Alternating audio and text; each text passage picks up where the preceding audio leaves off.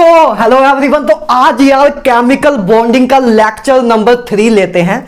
Lecture number 3 में आज हम बात करेंगे कि कोवलेंट बॉन्ड की जितनी भी डिटेलिंग हो सकती है ना, कोवलेंट बॉन्ड को डीप में आज हम समझ लेंगे।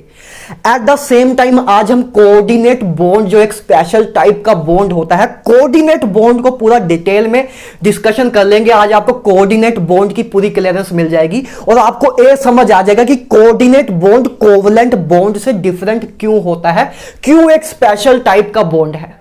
और फिर लास्ट में आज एक बहुत ही इंपॉर्टेंट टॉपिक के बारे में डिस्कशन होगी जिसका नाम है कोवलेंसी। बहुत ही इंपॉर्टेंट टॉपिक है कोवलेंसी। कोवलेंसी को अगर आप डिटेल में अच्छी तरह समझ लोगे ना, अपने अंदर समा लोगे, तो आपको जो भी आपके कोवलेंट कंपाउंड होते हैं उनकी स्टडी करने में बहुत ज्यादा हेल्प मिलेगी। तो कोवलेंसी बहुत इंपॉर्टेंट टॉपिक है, उसको आज हम लास्ट में इसी लेक्चर में डिस्कशन करेंगे। तो आज हमें इस लेक्चर में 3 टॉपिक को हमने डेडिकेटेड किया हुआ है। पहली चीज हम डिस्कशन करेंगे कोवलेंट बॉन्ड क्या होता है, फिर हम बात करेंगे कोऑर्डिनेट बॉन्ड क्या होता है और फिर लास्ट में हम कोवलेंसी को देखेंगे। ठीक बात है। तो आज हमें यही 3 टॉपिक को डिस्कशन करनी है इस लेक्चर में। ठीक है, तो चलो हेडिंग डाल लो, केमिकल बॉन्डिंग का लेक्चर नंबर 3 ले रहे हैं हम। कॉपी पेन निकाल लो सब, ठीक है, साथ में पॉपकॉर्न रख लो। तो केमिकल बॉन्डिंग का लेक्चर नंबर 3 हम लेने जा रहे हैं। ठीक है, तो आप सभी को good morning, good afternoon and good evening. तो बात करते हैं, सबसे पहली बात होती है हमारी कोवलेंट बॉन्ड पे। ठीक है, पार्ट नंबर 1 शुरू करते हैं। तो कोवलेंट बॉन्ड के बारे में डिस्कशन करना शुरू करते हैं। सब हेडिंग डाल लो आज के लेक्चर की। हमारी क्या है? पहली कोवलेंट बॉन्ड। अच्छा, पहली बात, बॉन्ड आपको पता ही है, बार बार आप बताने की जरूरत नहीं है। कोवलेंट मतलब बॉन्ड का मतलब आपको पता है कि बॉन्ड क्या होता है, एक फोर्स ऑफ अट्रैक्शन होती है जस्ट। तो कोवलेंट बॉन्ड भी अब आपको पता है हल्का फुल्का, तो कि कोवलेंट बॉन्ड कैसे बनता है, शेयरिंग ऑफ इलेक्ट्रॉन से। कि फॉर एग्जांपल जैसे अगर दो एटम है ना, 2 एटम है, ये 2 एटम के मान लो आपके वैलेंस शेल इलेक्ट्रॉन है। इसका एक वैलेंस शेल इलेक्ट्रॉन जब इसके एक वैलेंस शेल इलेक्ट्रॉन के साथ मिलकर जब बॉन्ड बना ले, मतलब ये 2 इलेक्ट्रॉन आपस में शेयर कर ले, एक एटम ए रहा, एक एटम ए रहा, इसके 2 इलेक्ट्रॉन आपस में शेयरिंग करके जब एक बंधन बनाते हैं, जब एक आपस में बॉन्ड बनाते हैं, उसी को हम बोलते हैं कोवलेंट बॉन्ड। उसी को हम बोलते हैं कोवलेंट बॉन्ड। बात ठीक है। तो सबसे पहली बात हम ये बोल सकते हैं कि कोवलेंट बॉन्ड जो बनता है वो कैसे बनता है, शेयरिंग ऑफ इलेक्ट्रॉन से बनता है। कैसे बनता है? Sharing of electron. इसमें तो आपने कुछ नवा नहीं सीखा होगा, ये आपको पता होगा, लेकिन हाँ, एक बार रिवीजन करने के लिए, एक बार फील देने के लिए वापस हम शुरू कर रहे हैं। ठीक है, तो कोवलेंट बॉन्ड पहली बार शेयरिंग ऑफ इलेक्ट्रॉन से बनता है। अच्छा, कोवलेंट बॉन्ड के बारे में ना यार एक चीज बोली जाती है कि covalent bond is a directional in nature. Covalent bond is directional in nature. It is directional in nature. Directional in nature मतलब कि इसकी ना एक डायरेक्शन डिफाइंड होती है। कि मतलब जैसे फॉर एग्जांपल जैसे PCl5 होता है ना, आगे मैं आपको जब वेस्पर थ्योरी कराऊंगा तो उधर आपको दिखाऊंगा कि हर एक बॉन्ड को ना जब एक स्ट्रक्चर बनता है तो हर एक बॉन्ड को एक पर्टिकुलर एंगल पे रखा जाता है सो दैट एक स्टेबल स्ट्रक्चर हमें मिल पाए। हर एक बॉन्ड जो आपका कंपाउंड होता है, जो आपका मॉलिक्यूल होता है, उसमें जितने भी बॉन्ड होते हैं वो एक पर्टिकुलर एंगल पे ओरिएंटेड होते हैं सो दैट एक स्टेबल स्ट्रक्चर दे पाए अपने स्पेस में। ठीक है, एक 3D स्पेस में वो अपने बॉन्ड को हर एक पर्टिकुलर एंगल पे ओरिएंट करता है सो दैट एक स्टेबल स्ट्रक्चर हमें मिल पाए। ठीक बात है। तो जितने भी कोवलेंट बॉन्ड होते हैं, जैसे अगर मैं PCl5 की बात करूं, जैसे PCl5 होता है तो ऐसे होता है। ठीक है, PCl5 में ऐसे होता है कि 3 बॉन्ड ऐसे होते हैं, 3 बॉन्ड ऐसे होते हैं जो कि आपस में 120 डिग्री का एंगल बना रहे होते हैं, है ना, 120 डिग्री का एंगल बना रहे होते हैं। और कुछ बॉन्ड ऐसे भी होते हैं जो कि 90 डिग्री का एंगल बना रहे होते हैं, है ना। तो बेसिकली एक पर्टिकुलर डायरेक्शन में होते हैं। तो कोवलेंट बॉन्ड का एक डायरेक्शनल नेचर होता है कि एक डायरेक्शन होती है ना, ये डायरेक्शन एक हमें पता होती है कि डायरेक्शन है, इसी डायरेक्शन में ऐसे शेयरिंग हुई है, या इस डायरेक्शन में ऐसे शेयरिंग हुई है, या इस डायरेक्शन में ऐसे शेयरिंग हुई है। ठीक है, तो एक बात है बोली जाती है, कभी कभी एक दो बार ना आपके एमसीक्यू में आया भी हुआ है, चाहे नीट की बात करूं चाहे जेई की बात करूं, कि उधर 3-4 ऑप्शन दिए थे, उसमें पूछा था कि कौन सा करेक्ट स्टेटमेंट है, तो उसमें पूछा था एक दो बार कि कोवलेंट बॉन्ड का डायरेक्शनल नेचर होता है कि नहीं। तो बिल्कुल सही बात है, कोवलेंट बॉन्ड का एक डायरेक्शनल नेचर होता है, राइट, ठीक बात है। इसकी डायरेक्शन हमें डिफाइंड होती है कि हम डायरेक्शन बता देते हैं कि इस डायरेक्शन में इलेक्ट्रॉन की शेयरिंग हुई है, मतलब बॉन्ड की ओरिएंटेशन इस डायरेक्शन में है, या इस डायरेक्शन में है, या इस डायरेक्शन में, तो हम एक डायरेक्शन हमें पता होती है, इसीलिए हम कोवलेंट बॉन्ड को बोल देते हैं कि covalent bond have directional nature. बात ठीक है। तो कोवलेंट बॉन्ड के बारे में अगर मोटी मोटी बात करें तो कुल मिला के इतना ही है कि कोवलेंट बॉन्ड, सबसे पहला पॉइंट क्या है कि covalent bond sharing of electron से मिलके बना होता है। ठीक है, इलेक्ट्रॉन की शेयरिंग से बना होता है। और दूसरी बात, इसका डायरेक्शनल नेचर होता है। हालांकि अगले लेक्चर में हम ओवरलैपिंग का कंसेप्ट डिस्कस करेंगे, जिसमें हम कोवलेंट बॉन्ड को एक अलग नजरिए से भी देखेंगे, लेकिन फिलहाल अभी बात हम अपनी कोवलेंट बॉन्ड के बेसिक्स पे रखते हैं, जो हमें करना है। ओवरलैपिंग हम नेक्स्ट लेक्चर में डिस्कशन करेंगे, ठीक बात है। अच्छा, तो ए हो गया आपका कोवलेंट बॉन्ड। अब कोवलेंट बॉन्ड को क्लासिफाई किया जाता है अलग अलग तरीके से। क्लासिफाई करना मतलब क्या कि बांट देना ना, कि दो अलग अलग वे में या 3 अलग अलग वे में बांट देना, उसी को क्लासिफिकेशन बोलते हैं, कि बांट देना, बंटवारा कर देना, अलग अलग टाइप बना देना, राइट। तो क्लासिफिकेशन ऑफ कोवलेंट बॉन्ड की बात करूं तो अगर क्लासिफाई करना चाहूं ना, तो देखो एक तरीका क्लासिफाई करने का ए है कि polar bond, polar covalent bond and non polar covalent bond. Classification करने के तरीके चलो मैं आपको लिखा देता हूं 2-3, ठीक है। देखो, कोवलेंट बॉन्ड को क्लासिफाई करने के कुछ तरीके हैं। पहला तरीका ये हो सकता है, क्लासिफाई करने के भी बहुत से तरीके हो सकते हैं ना। तो पहला क्लासिफाई करने का तरीका है, पहला हेडिंग डाल सकते हो आप, क्लासिफिकेशन ऑफ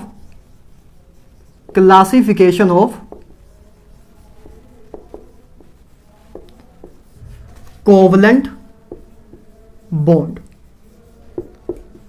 कोवलेंट बॉन्ड की क्लासिफिकेशन के बारे में बात कर लेते हैं। अच्छा, क्लासिफाई करने का पहला तरीका है polar and non polar covalent bond.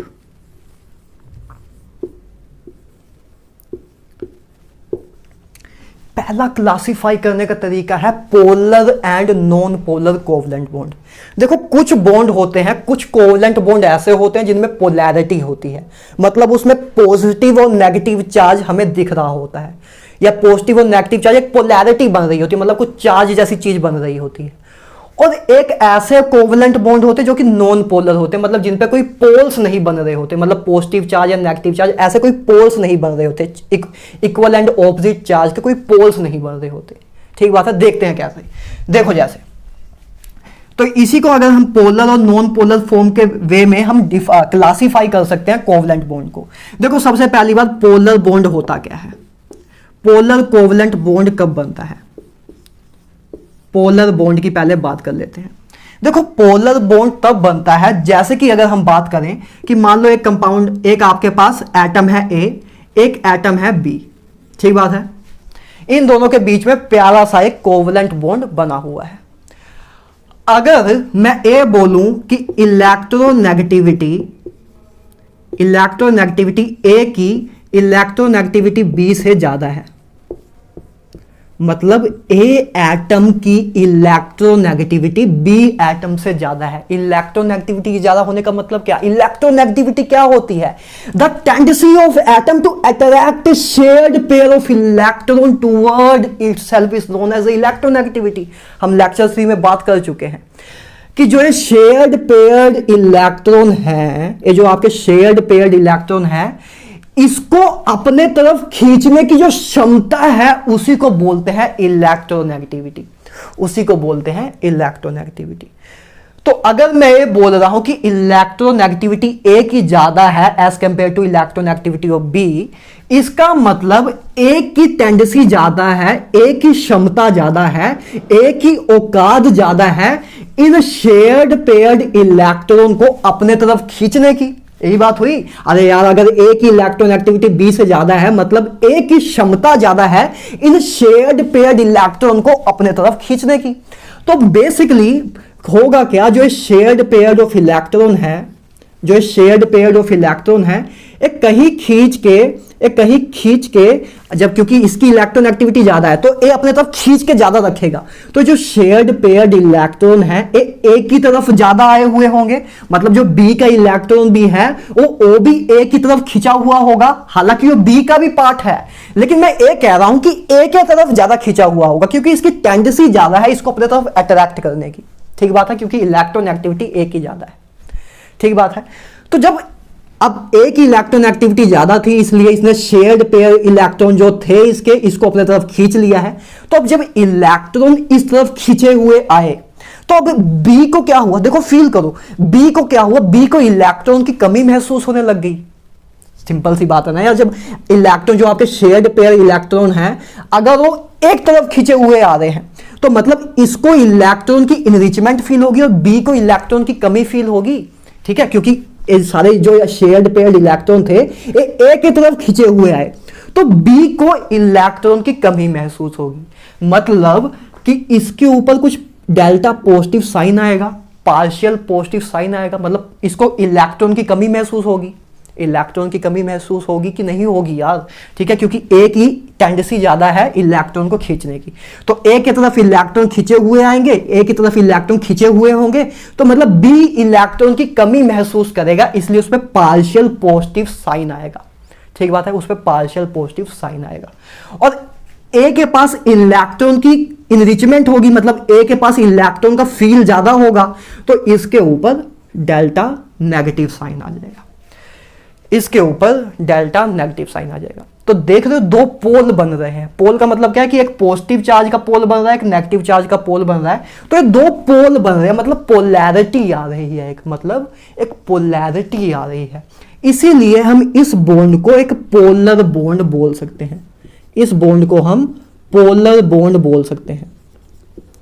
क्यों बोल सकते हैं? क्योंकि इलेक्ट्रोनेगेटिविटी डिफरेंस होने के कारण, क्योंकि ए की इलेक्ट्रोनेगेटिविटी बी से ज्यादा थी इसलिए ए ने जो शेयर्ड पेयर्ड इलेक्ट्रॉन थे उसको अपने तरफ खींच के रखा हुआ था, जिसके कारण इस पे डेल्टा नेगेटिव साइन आ गया और इस पे डेल्टा पॉजिटिव साइन आ गया और दो पोल्स बन गए। और पोल्स बनने के कारण ए बॉन्ड आपका पोलर बॉन्ड हो गया। ए बॉन्ड आपका पोलर बॉन्ड हो गया, मतलब इस बॉन्ड में एक पोलैरिटी आ गई। ठीक बात है, तो इसको बोलते हैं पोलर बॉन्ड। अच्छा, नॉन पोलर बॉन्ड क्या होगा? नॉन पोलर बॉन्ड कब बनेगा? नॉन पोलर बॉन्ड सिंपल सा, आप चाहो तो सोच भी सकते हो कि नॉन पोलर बॉन्ड कब बनेगा? जब आपका इलेक्ट्रोनेगेटिविटी डिफरेंस ना हो, मतलब जब ए के साथ ही कंबाइन हो रहा हो या बी के साथ ही कंबाइन हो रहा हो। अब इसमें देखो, जो इलेक्ट्रॉन एक्टिविटी इस एटम की है वही इलेक्ट्रॉन एक्टिविटी इस एटम की भी है। तो मतलब जब शेयर्ड पेयर्ड इलेक्ट्रॉन जो शेयर्ड पेयर्ड इलेक्ट्रॉन थे इधर, अब ए की भी इलेक्ट्रॉन एक्टिविटी, मतलब इसकी भी इलेक्ट्रॉन एक्टिविटी ए उतनी ही है, उसकी भी इलेक्ट्रॉन एक्टिविटी उतनी है।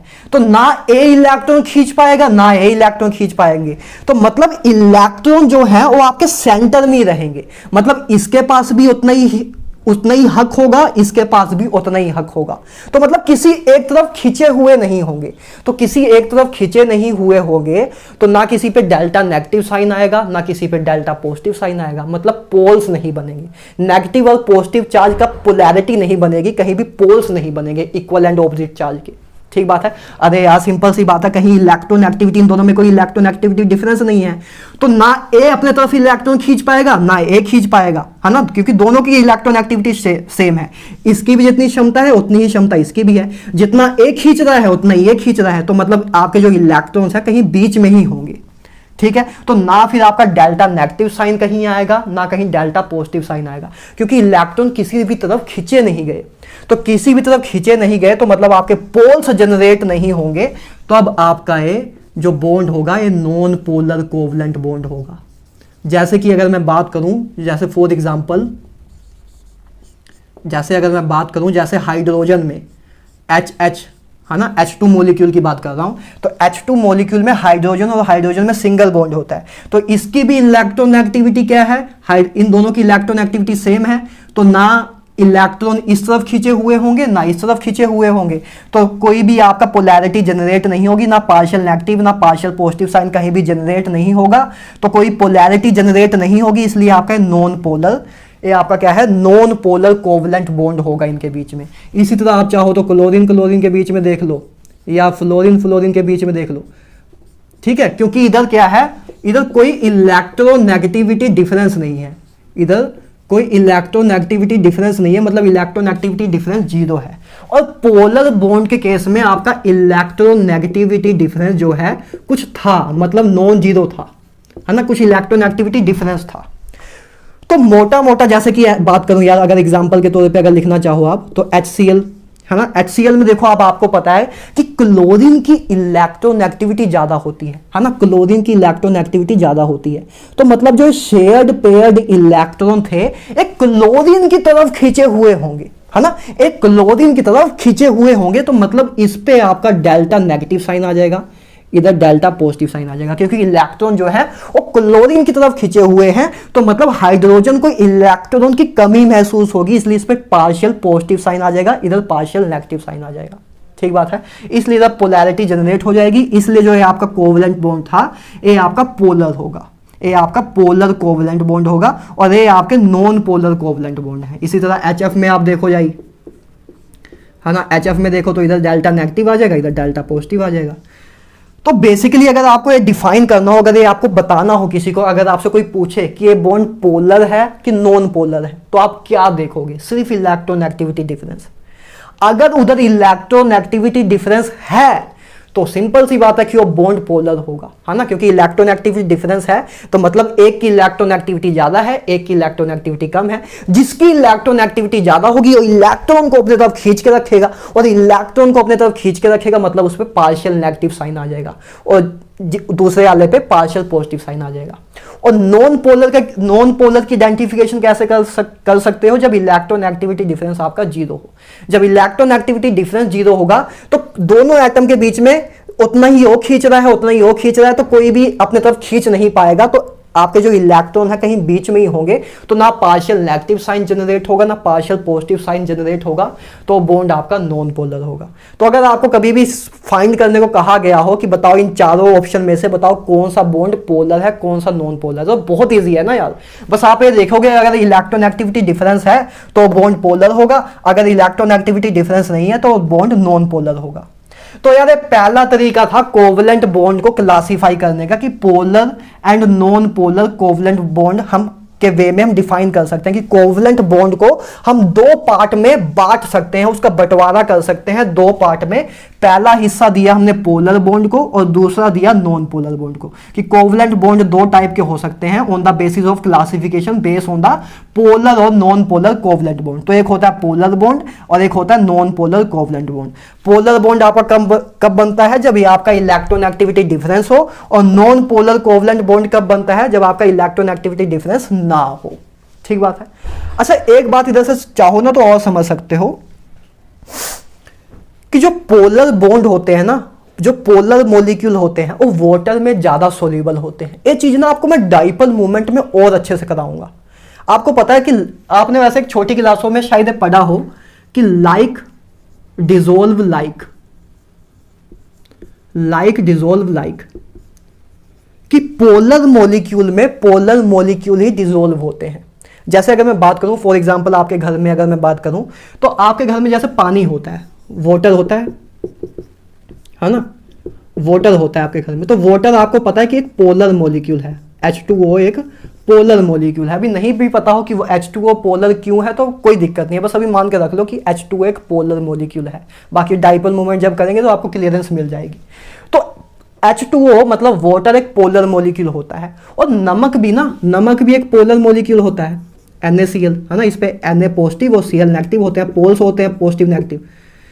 तो इसीलिए जैसे ही आप पानी में नमक डालते हो तो नमक में पानी में नमक इजिली घुल जाता है, इजिली डिसॉल्व हो जाता है, उसमें हमें कुछ करना नहीं पड़ता, जैसे ही आप नमक पानी में डालते हो अपने आप ही घुल जाता है।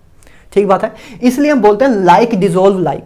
लेकिन जब अगर इसी पानी में आप अगर शुगर डालते हो, जब आप चीनी डालते हो, है ना, जब आप चीनी डालते हो तो चीनी ऐसे जल्दी घुलती नहीं है, उसको हमको चम्मच से ऐसे स्टिर करना पड़ता है ना, चम्मच से ऐसे घुमाना पड़ता है, सेंट्रीपिटल फोर्स देनी पड़ती है एक तरह से। ठीक है, तो चम्मच से जब तक उसको हम घुमाते नहीं है तब तक वो चीनी इतनी घुलती नहीं है। क्यों नहीं घुलती है? क्योंकि शुगर जो होता है ना वो आपका नॉन पोलर होता है, शुगर जो होता है आपका नॉन पोलर होता है।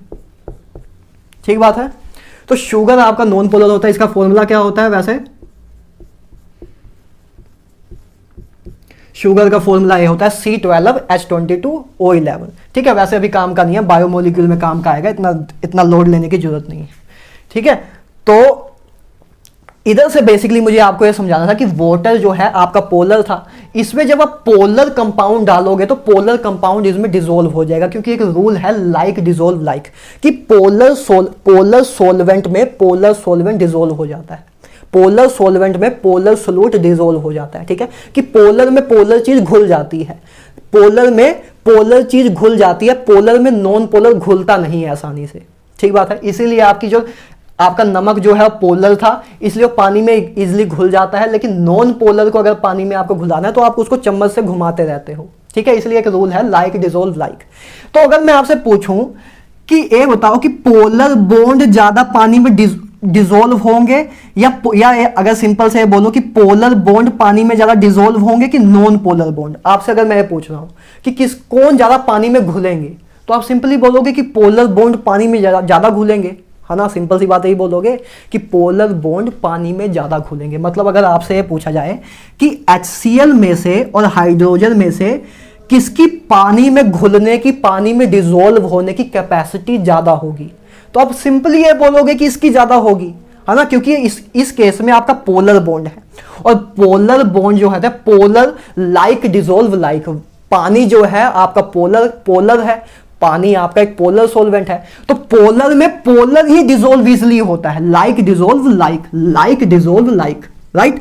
तो पोलर में पोलर ही इजिली डिसॉल्व होता है। तो हाइड्रोजन के केस में तो ये आपका नॉन पोलर है और ये आपका पोलर है, तो पानी में ए ज्यादा इजिली डिसॉल्व होगा एज कंपेयर टू ए।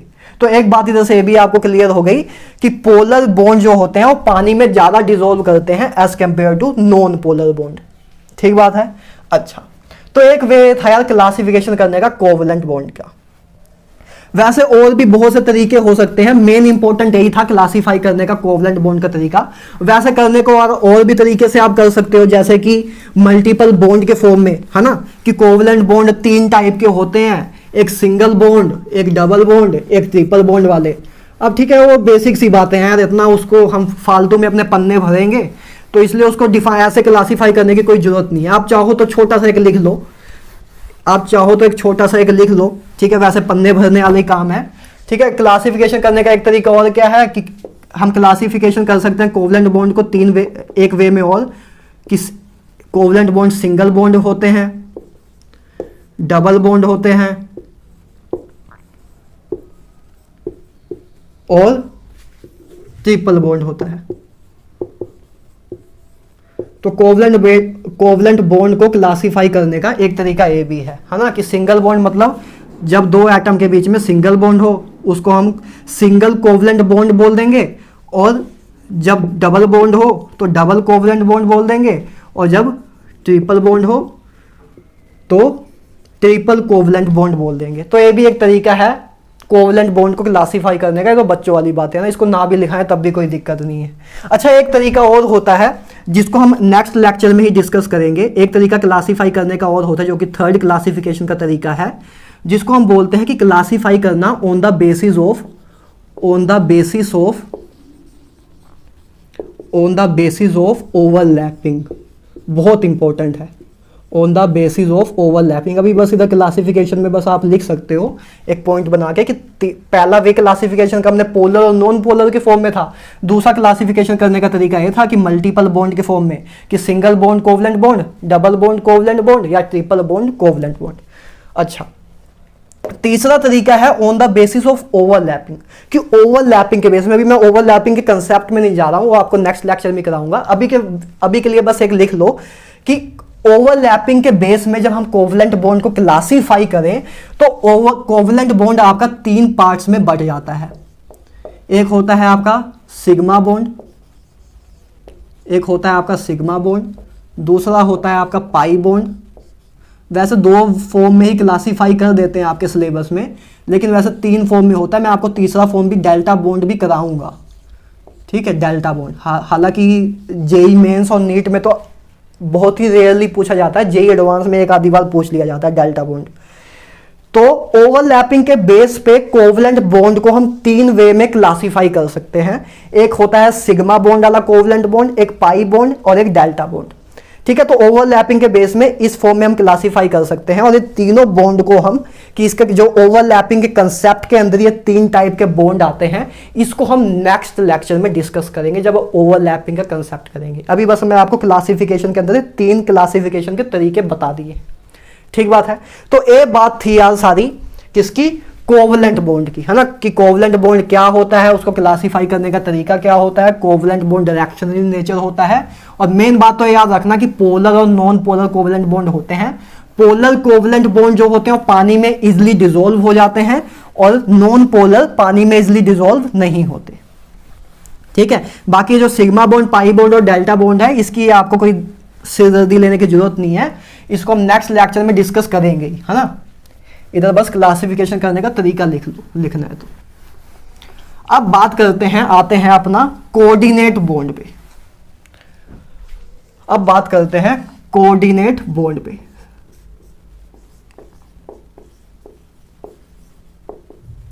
देखो, कोऑर्डिनेट बॉन्ड के बारे में आपको मैंने फर्स्ट लेक्चर में ही हल्का सा बताया था कि कोऑर्डिनेट बॉन्ड क्या होता है। एक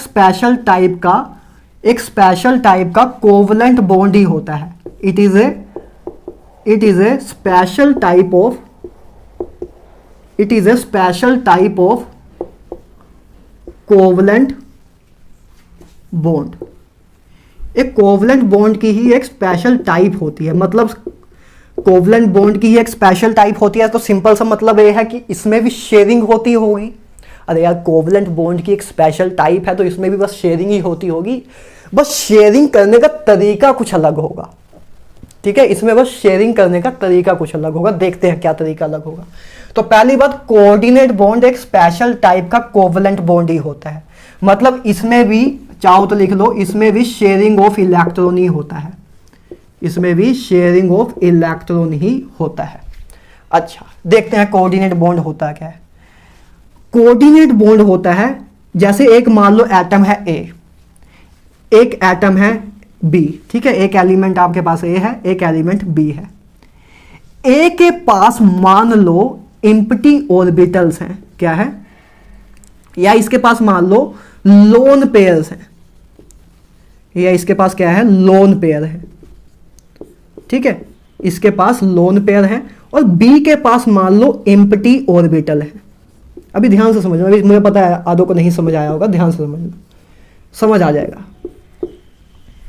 मैं बोल रहा हूं एक एटम आपके पास ऐसा है, एक एलिमेंट आपके पास ऐसा है जिसके पास लोन पेयर ऑफ इलेक्ट्रॉन्स है, ठीक है। एक एटम आपके पास ऐसा है जिसके पास लोन पेयर ऑफ इलेक्ट्रॉन है।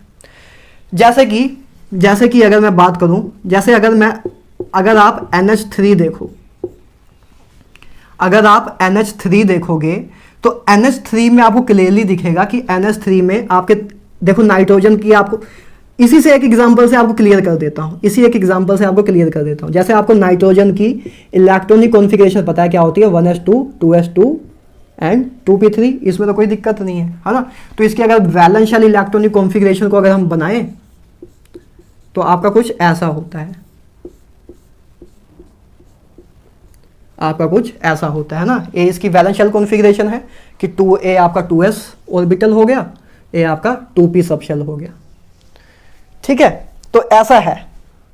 अब इसमें से जो है आपके थे 2p में जो सिंगल सिंगल इलेक्ट्रॉन थे, इससे एक एक हाइड्रोजन आपका कनेक्ट हो गया, मतलब इधर से आपका 3 बॉन्ड बन गए थे हाइड्रोजन के साथ, है ना, इधर से आपके 3 बॉन्ड हाइड्रोजन के साथ बन गए थे। अब ए आपका वैलेंस शेल में ए इलेक्ट्रॉन बॉन्डिंग में पार्टिसिपेट नहीं आया था ना, जो आपका आप जब NH3 का आप स्ट्रक्चर बनाओगे, अब NH3 का स्ट्रक्चर आप इजीली बना सकते हो, है ना, डॉट स्ट्रक्चर तो एटलीस्ट आप बना ही सकते हो।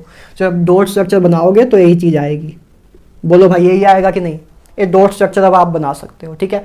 NH3 का आपका ए ही स्ट्रक्चर होगा। तो इसमें बेसिकली आपको दिख रहा है कि इसके पास एक लोन पेयर है, इसके पास एक लोन पेयर है ना। लोन पेयर क्या होता है, ओ इलेक्ट्रॉन का पेयर जो बॉन्डिंग में पार्टिसिपेट ना करे, उसी को हम बोलते हैं लोन पेयर, ठीक है। पिछले लेक्चर में हम डिस्कस कर चुके हैं।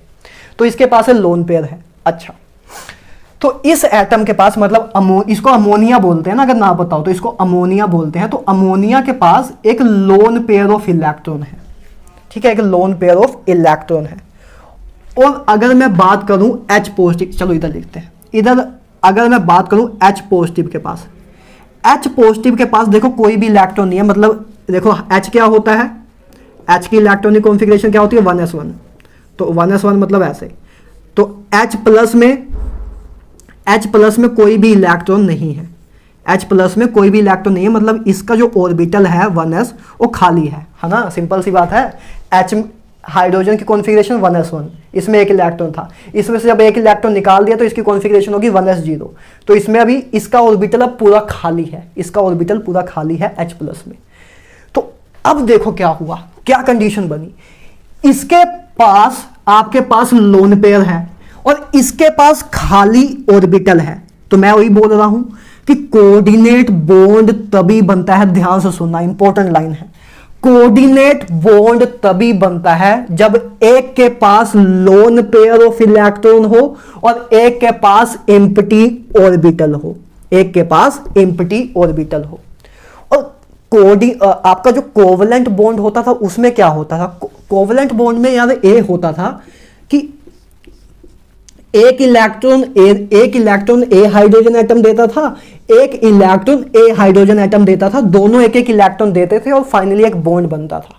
लेकिन कोऑर्डिनेट बॉन्ड में ऐसा नहीं होता, कोऑर्डिनेट बॉन्ड में भी शेयरिंग ही होती है, लेकिन इसमें ऐसा नहीं होता कि एक मैं दूंगा एक तू देगा। इसमें क्या होता है कि कोई एक 2 इलेक्ट्रॉन देता है और कोई दूसरा दोनों इलेक्ट्रॉन लेता है, मतलब 2 इलेक्ट्रॉन जो आपका जो बॉन्ड बनाने में 2 इलेक्ट्रॉन चाहिए होते हैं। तो कोवलेंट बॉन्ड में तो ध्यान से सुनना, कोवलेंट बॉन्ड में तो जो आपका जो कोवलेंट बॉन्ड बनता है शेयरिंग ऑफ इलेक्ट्रॉन से, तो उसमें तो एक एटम आपका एक इलेक्ट्रॉन देता है, एक एटम आपका एक इलेक्ट्रॉन देता है, तो आपका कोवलेंट बॉन्ड बन जाता है। मतलब कोवलेंट बॉन्ड बनाने के वक्त जो 2 इलेक्ट्रॉन की जरूरत पड़ती है आपका बॉन्ड बनाने के लिए, वो आपका एक एक एटम एक एक इलेक्ट्रॉन देता है, तब आपका कोऑर्डिनेट और कोवलेंट बॉन्ड बनता है। लेकिन कोऑर्डिनेट बॉन्ड बनाने के लिए एक एटम आपके दोनों के दोनों इलेक्ट्रॉन देता है शेयरिंग में पार्टिसिपेट करने के लिए, और दूसरा बस अपना एम्प्टी ऑर्बिटल देता है। मतलब एम्प्टी ऑर्बिटल क्या है, मतलब ए मान लो कि घर है, ए इलेक्ट्रॉन का घर है, तो ए इलेक्ट्रॉन उठा के इसमें डाल देता है, 2 के 2 इलेक्ट्रॉन उठा के इस एम्प्टी ऑर्बिटल में डाल देता है और फाइनली एक बॉन्ड बना लेता है अमोनिया H पॉजिटिव के साथ, H पॉजिटिव के साथ। और इसीलिए ऐसा दिखाया भी जाता है, देखो लोन, इसके पास लोन पेयर थे, इसके पास लोन पेयर थे और इसके पास एम्प्टी ऑर्बिटल था। तो ऐसे दिखाया जाता है, इस एरो से आपका कोऑर्डिनेट बॉन्ड को रिप्रेजेंट किया जाता है, कोऑर्डिनेट बॉन्ड को इस एरो से रिप्रेजेंट किया जाता है, जिसमें एरो हमें ए बता रहा है कि ए के पास लोन पेयर थे और बी के पास एम्प्टी ऑर्बिटल थे, और ए ने अपने लोन पेयर बी के एम्प्टी ऑर्बिटल में डाल दिए, बी के एम्प्टी ऑर्बिटल में डाल दिए और एक कोऑर्डिनेट बॉन्ड बना लिया, और एक कोऑर्डिनेट बॉन्ड बना लिया। तो हुआ यही कुल मिला के कि NH3 के पास ये 2 लोन पेयर थे और इसके पास आपके पास एम्प्टी ऑर्बिटल था, इसके पास आपका एम्प्टी ऑर्बिटल था। तो होता फाइनली यही है कि H प्लस, तो होता फाइनली यही है कि जैसे आपका NH3 था, ठीक है, तो इधर से इसके जो लोन पेयर थे ए इस H+ में जाते हैं, ए आपका H+ वाला था, है ना, ए आपका H+ वाला था, इसमें जाते हैं और फाइनली एक बॉन्ड बन जाता है। ये तो NH3 था ही, और इधर जो लोन पेयर थे इसके, ये जो अमोनिया के पास ए आपका NH3 था, है ना, इसके पास लोन पेयर थे, और इधर आपका H+ था, है ना, इधर आपका H+ था। तो ये अमोनिया था, है ना, इसके ऊपर 2 लोन पेयर थे, इधर H+ था। तो इसके पास लोन पेयर ऑफ इलेक्ट्रॉन है और इसके पास इलेक्ट्रॉन की कमी है, तो ए अपने 2 के 2 इलेक्ट्रॉन इसके साथ शेयर कर देता है, इसके खाली ऑर्बिटल में, इसके खाली डब्बे में ए इलेक्ट्रॉन डाल देता है और ऐसे कोऑर्डिनेट बॉन्ड बना लेता है। समझ रहे हो? तो बेसिकली आपको ये समझ आ रहा है कि कोऑर्डिनेट बॉन्ड और कोवलेंट बॉन्ड में क्या डिफरेंस है। दोनों ही देखो, कोवलेंट बॉन्ड भी आपका शेयरिंग ऑफ इलेक्ट्रॉन से बना है और कोऑर्डिनेट बॉन्ड भी आपका शेयरिंग ऑफ इलेक्ट्रॉन से बना है। जैसे कि इधर देखो, जैसे ये स्ट्रक्चर है, तो इसमें जो ए जो नाइट्रोजन का इस हाइड्रोजन के साथ, या नाइट्रोजन का इस हाइड्रोजन के साथ, या नाइट्रोजन का जो इस हाइड्रोजन के साथ जो बॉन्ड बना है, वो कौन सा बॉन्ड है? वो आपका कोवलेंट बॉन्ड है। क्योंकि कोवलेंट बॉन्ड कब बनता है? जब जो 2 इलेक्ट्रॉन जो मिलके, क्योंकि बॉन्ड बनाने के लिए 2 इलेक्ट्रॉन चाहिए होते हैं, तो जब बॉन्ड आपका बन रहा है शेयरिंग ऑफ इलेक्ट्रॉन से, जब आपका बॉन्ड ऐसे बन रहा हो कि एक इलेक्ट्रॉन नाइट्रोजन दे रहा है, मतलब एक इलेक्ट्रॉन कोई एटम दे रहा है और एक इलेक्ट्रॉन कोई दूसरा एटम दे रहा है, इन दोनों का एक एक इलेक्ट्रॉन यूज करके जब बॉन्ड बना हो, तब वो आपका बनता है कोवलेंट बॉन्ड। और कोऑर्डिनेट बॉन्ड कब बनता है? जब कोई एक एटम ही 2 के 2 इलेक्ट्रॉन दे रहा हो और कोई दूसरा 2 के 2 इलेक्ट्रॉन ले रहा हो, मतलब शेयरिंग हो तो शेयरिंग ही रही है, लेकिन कोई एक ही आपके 2 के 2 इलेक्ट्रॉन दे रहा है जो कि शेयरिंग में पार्टिसिपेट कर रहे हैं। ठीक है, तब आपका बनता है कोऑर्डिनेट बॉन्ड। या जितना सिंपल वे में, जितनी सिंपल लैंग्वेज में हो सकता है मैंने आपको समझा दिया और आपको आई होप समझ भी आ गया होगा। ठीक है, तो ये आपका कोऑर्डिनेट बॉन्ड ऐसे बन जाता है कि एक अपने 2 के 2 लोन पे दे देता है और इसके खाली डब्बे में चले जाते हैं, तो इससे आपका शेयरिंग ऑफ इलेक्ट्रॉन हो जाती है। अभी भी शेयरिंग ऑफ इलेक्ट्रॉन ही हुई है, बस हुआ क्या कि 2 के 2 इलेक्ट्रॉन जो शेयरिंग में पार्टिसिपेट कर रहे हैं वो नाइट्रोजन के ही हैं, जो एक कोऑर्डिनेट बॉन्ड बना है, इसमें जो 2 के 2 इलेक्ट्रॉन जो शेयरिंग में पार्टिसिपेट कर रहे हैं वो नाइट्रोजन के ही हैं। और कोऑर्डिनेट और कोवलेंट बॉन्ड में क्या होता है? कोवलेंट बॉन्ड में एक इलेक्ट्रॉन नाइट्रोजन का है और एक हाइड्रोजन का है, बस यही डिफरेंस है। ठीक बात है, तो इसी को बोलते हैं कोऑर्डिनेट बॉन्ड तो इसीलिए हम बोलते हैं कोऑर्डिनेट बॉन्ड एक स्पेशल टाइप का कोवलेंट बॉन्ड होता है, क्योंकि इसमें भी शेयरिंग ऑफ इलेक्ट्रॉन होती है। बस फर्क इतना है कि जब कोवलेंट बॉन्ड बनता है उसमें आपका एक इलेक्ट्रॉन कोई दूसरा एटम दे रहा होता है, और ये 2 आपस में इलेक्ट्रॉन शेयरिंग करके आपका एक बॉन्ड बनता है। लेकिन कोऑर्डिनेट बॉन्ड में कोई एक एटम ही दोनों इलेक्ट्रॉन दे रहा होता है जो कि पार्टिसिपेट करता है शेयरिंग में, ठीक बात है। तो ऐसे आपका कोऑर्डिनेट बॉन्ड बनता है।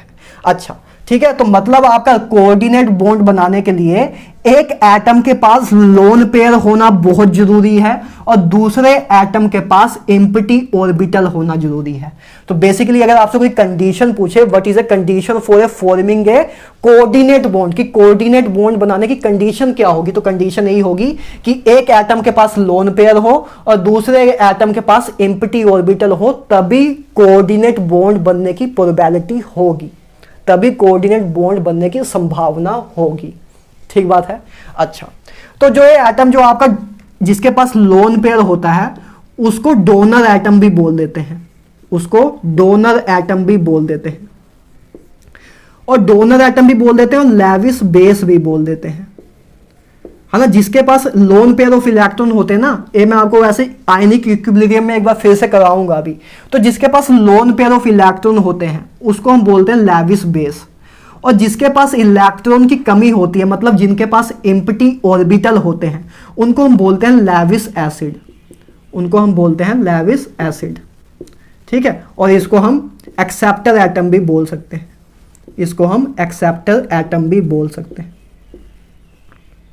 ठीक है। इसीलिए इस कोऑर्डिनेट बॉन्ड को डोनर एक्सेप्टर बॉन्ड भी बोल देते हैं, इसीलिए कोऑर्डिनेट बॉन्ड को डोनर एक्सेप्टर बॉन्ड भी बोल देते हैं, क्योंकि एक कोई दान कर रहा होता है और कोई दूसरा दान ले रहा होता है। इसने अपने 2 इलेक्ट्रॉन का दान दे दिया इस बी को, है ना, इसने अपने 2 इलेक्ट्रॉन का दान दे दिया इस H पॉजिटिव को। इसका जो हाइड्रोजन जो है H पॉजिटिव में आपका जो खाली था, इस खाली सा जो इसके पास कटोरा था, इस कटोरे में आपके 2 इलेक्ट्रॉन उसने डाल दिए, 2 इलेक्ट्रॉन का दान दे दिया। इसीलिए इसको हम बोल देते हैं डोनर एक्सेप्टर बॉन्ड भी बोल देते हैं, और इसी को हम डेटिव बॉन्ड भी बोल देते हैं। इसी को हम डेटिव बॉन्ड भी बोल देते हैं। इसके 2 और नाम भी है ना, डोनर एक्सेप्टर बॉन्ड या डेटिव बॉन्ड भी इसको हम बोल देते हैं। ठीक है, तो यही बात थी यार कोऑर्डिनेट बॉन्ड के बारे में। अच्छा, कोऑर्डिनेट बॉन्ड को ना तो ऐसे तो रिप्रेजेंट करते ही हैं कि ए से बी ऐसे एरो दिखा के, है ना, एरो मतलब जिस तरफ एरो होता है मतलब वो इलेक्ट्रॉन को एक्सेप्ट कर रहा है। जैसे नाइट्रोजन से एरो गया है हाइड्रोजन की तरफ, तो इससे क्या पता लग रहा है कि जिसके तरफ एरो दिख रहा हो, जिसके तरफ तीर का निशान दिख रहा हो, मतलब वो इलेक्ट्रॉन को एक्सेप्ट कर रहा है ना। ऑब्वियसली आपको समझ आ रहा है।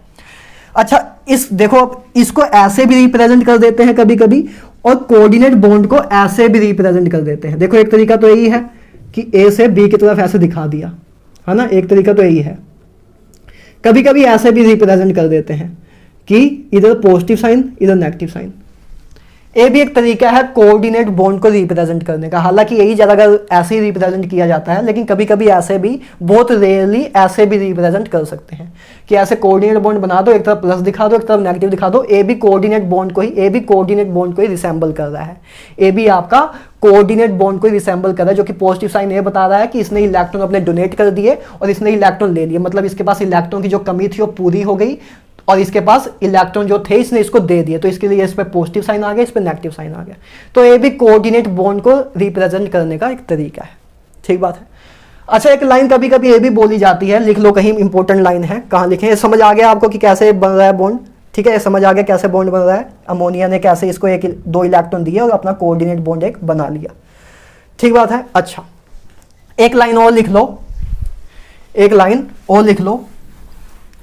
polarity of a coordinate bond, polarity of a coordinate bond,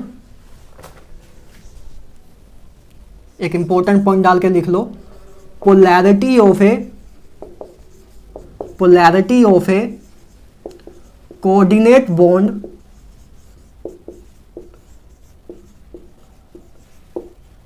is more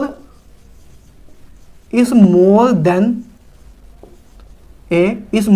a covalent bond, कि कोऑर्डिनेट बॉन्ड की पोलैरिटी ज्यादा होती है कोऑर्डिनेट बॉन्ड से, है ना, कि कोऑर्डिनेट बॉन्ड की जो है आपका कोऑर्डिनेट बॉन्ड है, देखो कोवलेंट बॉन्ड तो आपका हम ऐसे दिखा देते हैं, तो कोऑर्डिनेट बॉन्ड की जो पोलैरिटी, एक आपका कोवलेंट बॉन्ड है, आपका कोऑर्डिनेट बॉन्ड है, तो कोऑर्डिनेट बॉन्ड की पोलैरिटी ज्यादा होती है as compare to covalent bond. तो अगर कोऑर्डिनेट बॉन्ड की पोलैरिटी ज्यादा है कोवलेंट बॉन्ड से, तो मुझे ये बताओ कि कोवलेंट बॉन्ड पानी में ज्यादा डिसॉल्व होगा कि covalent bond?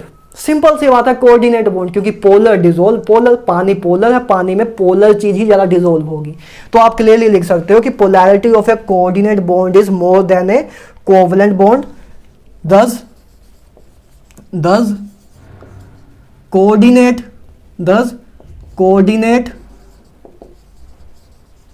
Bond dissolve, coordinate bond dissolve more in water, coordinate bond लिख लो या कोऑर्डिनेट कंपाउंड लिख लो, कुछ भी लिख लो। ठीक है, तो एक चीज ये भी लिख सकते हो कि कोऑर्डिनेट बॉन्ड की पोलैरिटी ज्यादा होती है कोवलेंट बॉन्ड से। So that's all about coordinate bond. ठीक है, कोऑर्डिनेट बॉन्ड कैसे बनता है? जब कोई एक इलेक्ट्रॉन के पास लोन पेयर हो, दूसरे के पास एम्प्टी ऑर्बिटल हो, तो वो जिसके पास लोन पेयर है वो अपने 2 के 2 इलेक्ट्रॉन दे देता है, उसके एम्प्टी और दूसरे एटम के एम्प्टी ऑर्बिटल में डाल देता है। ऐसे जो ए वाली जो टाइप की शेयरिंग है, इसी को बोलते हैं, ए शेयरिंग करने से जो आपका बॉन्ड बना उसी को बोलते हैं कोऑर्डिनेट बॉन्ड। मतलब कोऑर्डिनेट बॉन्ड में एक एटम आपके 2 के 2 इलेक्ट्रॉन दे रहा होता है शेयरिंग, जो कि शेयरिंग में पार्टिसिपेट करते हैं, और दूसरा एटम आपका और 2 के 2 इलेक्ट्रॉन को एक्सेप्ट कर रहा होता है। ठीक बात है। और कोवलेंट जो आपका कोवलेंट बॉन्ड है, उसमें एक एटम 1 इलेक्ट्रॉन दे रहा होता है, दूसरा एटम भी 1 इलेक्ट्रॉन दे रहा होता है, दोनों एटम एक एक इलेक्ट्रॉन देके आपका बॉन्ड बना रहे होते हैं। और इसमें लेकिन क्या होता है कि कोई एक एटम ही आपके दो के दो इलेक्ट्रॉन दे रहा होता है, तब आपका कोऑर्डिनेट बॉन्ड बनता है। ठीक बात है, तो ये बात होगी यार आपकी कोऑर्डिनेट बॉन्ड की। ठीक है, चलो ठीक है, कोऑर्डिनेट बॉन्ड आपको समझ आ गया है। कोऑर्डिनेट बॉन्ड के बारे में आज से आपको कोई दिक्कत आई होप नहीं आएगी। अच्छा, अब लास्ट में बात कर लेते हैं कोवलेंसी के बारे में। अच्छा चलो एक चीज और करते हैं, इधर ही ना मैं आपको, वैसे मैं सोचा तो नहीं था कि कराऊंगा, लेकिन इधर ही आपको वैलेंसी भी इधर ही क्लियर करा देता हूं। कोवलेंसी और वैलेंसी एक पैरेलल में ही करा देते हैं, सो डैट आपको क्लियरेंस ज्यादा मिले कि कोवलेंसी और वैलेंसी में डिफरेंस क्या होता है, वो भी इधर ही आपको समझ आ जाएगा। चलो ये अच्छा हुआ, कोवलेंसी और वैलेंसी एक साथ ही करा देते हैं, कोई बड़ी बात भी नहीं है कि साथ दोनों चीजें समझ भी आ जाएंगी और थोड़ा डिफरेंशिएट भी आप कर पाओगे। बात करते हैं कोवलेंसी की। कोवलेंसी के बारे में आप अगर चाहो तो एक छोटी मोटी रफ डेफिनेशन लिख सकते हो। It is equal to the number of covalent bond, it is equal to number of the covalent bond formed by atom, या एलिमेंट लिख लो, कुछ भी लिख लो, formed by element, कि किसी एलिमेंट ने कितने कोवलेंट बॉन्ड बनाए हैं, ये मोटा मोटा हमें कोवलेंसी के बारे में बता देता है। ठीक बात है। अच्छा देखो जैसे देखते हैं। पहली बात, जो कोवलेंसी होती है ना, कोवलेंसी जो होती है कोवलेंट बॉन्ड के लिए ही डिफाइंड होती है। किसके लिए? कोवलेंसी जो चीज है, एक टर्म है जो, वो सिर्फ कोवलेंट बॉन्ड के लिए ही हम डिफाइन करते हैं। ठीक बात है। और ये मैंने बताया कि it is equal to the number of covalent bond formed by element, कि कोई एलिमेंट कितने कोवलेंट बॉन्ड बना सकता है या उसने कितने कोवलेंट बॉन्ड बनाए हैं, उसी को हम बोलते हैं उसकी कोवलेंसी। अगर कोई एटम 2 कोवलेंट बॉन्ड बना रहा है तो उसकी कोवलेंसी 2 है। अगर कोई 4 कोवलेंट बॉन्ड बना रहा है तो उसकी कोवलेंसी 4 है। ठीक बात है। अच्छा, एक टर्म आती है मैक्सिमम कोवलेंसी भी, अभी हम देखेंगे क्या होता है सब कुछ। एक टर्म आती है मैक्सिमम कोवलेंसी। मैक्सिमम कोवलेंसी बराबर होता है, मैक्सिमम कोवलेंसी बराबर होता है कोवलेंट बॉन्ड, कोवलेंट बॉन्ड, कितने कोवलेंट बॉन्ड है, कितने कोवलेंट बॉन्ड बना रहा है वो कंपाउंड, प्लस कितने कोऑर्डिनेट बॉन्ड बना रहा है या बना सकता है, इसको बोलते हैं मैक्सिमम कोवलेंसी। क्योंकि कोऑर्डिनेट बॉन्ड भी आपका एक स्पेशल टाइप का ही बॉन्ड है, एक स्पेशल टाइप का ही कोवलेंट बॉन्ड है। तो मैक्सिमम कोवलेंसी कैसे निकलती है? जब आप ये देख लो कि कोई एटम कितने कोवलेंट बॉन्ड बना सकता है और कितने कोऑर्डिनेट बॉन्ड बना सकता है, उन दोनों को जब सम कर दें तब आपको मैक्सिमम कोवलेंसी मिलती है, तब आपको मैक्सिमम कोवलेंसी मिलती है। ठीक है। अच्छा, और वैलेंसी क्या होती है अभी देखेंगे ना, अब जब एग्जांपल अभी आप आगे करोगे तब और ज्यादा अच्छे से समझ आएगा। आगे बात करें वैलेंसी, तो यार वैलेंसी देखो, पहली बात वैलेंसी जो होती है ना, ये आपका कोवलेंट के लिए भी डिफाइंड होती है, कोवलेंट कंपाउंड के लिए भी और आयनिक कंपाउंड के लिए भी डिफाइन होती है। वैलेंसी जो है आपकी वो कोवलेंट कंपाउंड के लिए भी डिफाइन होती है और आयनिक कंपाउंड के लिए भी डिफाइन होती है। कोवलेंसी सिर्फ कोवलेंट बॉन्ड के लिए, कोवलेंट कंपाउंड के लिए ही डिफाइंड होती है ना। कोवलेंट कंपाउंड लिख लो, है ना, कोवलेंट कंपाउंड लिख लो, कोवलेंट कंपाउंड के लिए ही डिफाइंड होती है। ठीक है। और वैलेंसी जो है कोवलेंट के लिए, कोवलेंट कंपाउंड के लिए भी और आयनिक कंपाउंड दोनों के लिए डिफाइन होती है। अगर वैलेंसी निकालने का मैं आपको या वैलेंसी की डेफिनेशन या निकालने का एक सिंपल सा एक तरीका बताऊं तो इसको आप सिंपली ये लिख सकते हो, it is equal to the number of electrons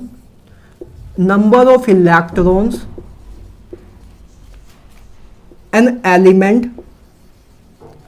element gain or loss to acquire noble gas configuration,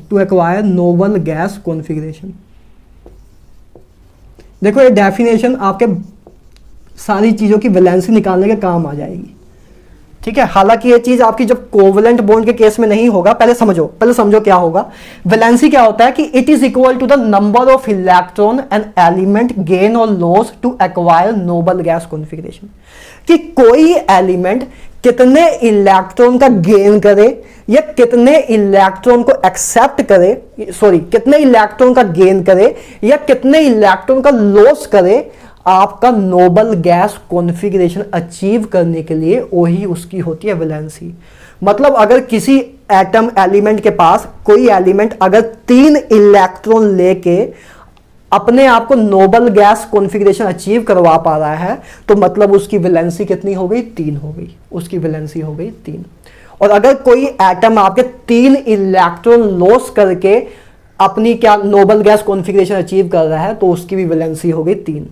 ठीक है, उसकी भी वैलेंसी हो गई 3। तो वैलेंसी मतलब हमें सिंपल सी बात यह है कि नोबल गैस कॉन्फ़िगरेशन अचीव करनी है, अब जो इलेक्ट्रॉन का लॉस करके हो या इलेक्ट्रॉन का गेन करके हो। ठीक है, तो इलेक्ट्रॉन का लॉस करें या इलेक्ट्रॉन का गेन करें, उससे बस नोबल गैस कॉन्फ़िगरेशन अचीव होनी चाहिए। और जितने इलेक्ट्रॉन यूज हुए, इलेक्ट्रॉन का या तो लॉस होगा या गेन होगा, तो जितने इलेक्ट्रॉन लॉस हुए या जितने इलेक्ट्रॉन उसने गेन किए नोबल गैस कॉन्फ़िगरेशन को अचीव करने के लिए, वही उसकी वैलेंसी डिफाइन कर देता है, वही उसकी वैलेंसी डिफाइन कर देता है। ठीक बात है, क्लियर है? अच्छा, तो जब कोई एटम या एलिमेंट जो है, जब वो इलेक्ट्रॉन को गेन कर रहा होता है और एक तरीका है इलेक्ट्रॉन को लॉस कर रहा होता है, तो जब कोई एटम इलेक्ट्रॉन को लॉस कर रहा होता है, एलिमेंट इलेक्ट्रॉन को लॉस कर रहा होता है, तो उसकी वैलेंसी पॉजिटिव में डिफाइन होती है, उसका पॉजिटिव साइन होता है ना। वैलेंसी मतलब जैसे अगर इलेक्ट्रॉन कोई चीज है, कोई 3 इलेक्ट्रॉन को लॉस कर रहा है, कोई एटम जो है 3 इलेक्ट्रॉन को लॉस करके नोबल गैस कॉन्फ़िगरेशन को अचीव कर रहा है, तो उसकी वैलेंसी होगी +3।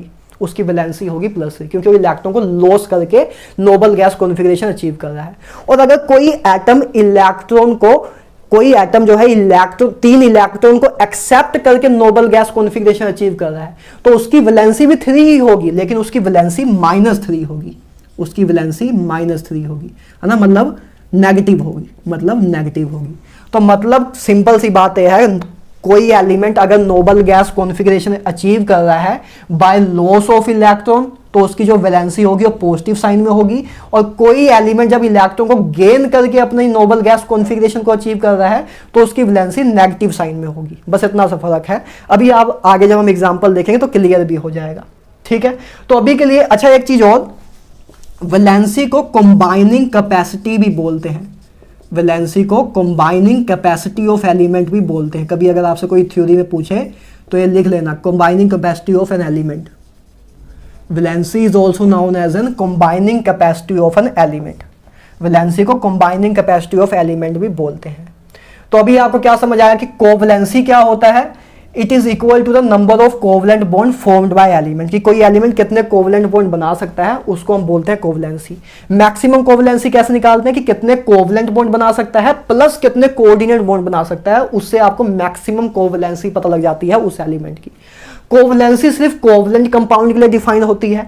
आगे बात करें वैलेंसी, तो वैलेंसी कोवलेंट और आयनिक कंपाउंड दोनों के लिए डिफाइन होती है। और इसको निकालने का एक रफ डेफिनेशन आपकी ये बन सकती है कि valency it is equal to the number of electron an element gain और loss to acquire noble gas configuration, कि कोई एलिमेंट कितने इलेक्ट्रॉन का गेन करे या लॉस करे सो दैट वो नोबल गैस कॉन्फ़िगरेशन को एक्वायर कर ले, उसी को उसकी वैलेंसी बोलते हैं। अगर कोई एटम इलेक्ट्रॉन का गेन करके अपनी नोबल गैस कॉन्फ़िगरेशन अचीव कर रहा है, तो उसकी हम वैलेंसी नेगेटिव साइन से रिप्रेजेंट करेंगे। और कोई अगर लॉस करके कर रहा है नोबल गैस कॉन्फ़िगरेशन अचीव, तो उसकी हम पॉजिटिव वैलेंसी बोलेंगे, उसको हम पॉजिटिव साइन से डिफाइन करेंगे। ठीक बात है। अब देखते हैं, निकालना सीखते हैं। इतनी तो डेफिनेशन बात होगी, थ्योरी की बात होगी। अब आपको एग्जांपल देखोगे तो समझ आ जाएगा, कोई बड़ी बात नहीं है। ठीक बात है। चलो, वैलेंसी को combining capacity of an element भी बोलते हैं। ठीक है, एग्जांपल देखते हैं, एग्जांपल से समझ आएगा। चलो, दन दन दन दन दन, डिंग डिंग डिंग डिंग डिंग डिंग डिंग डिंग डिंग डिंग।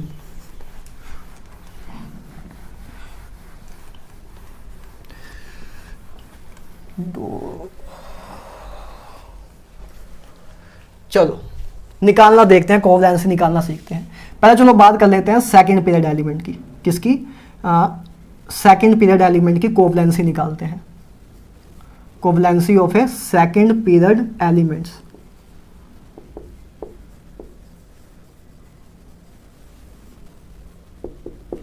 ठीक है, सेकंड पीरियड एलिमेंट की कोवलेंसी निकालते हैं।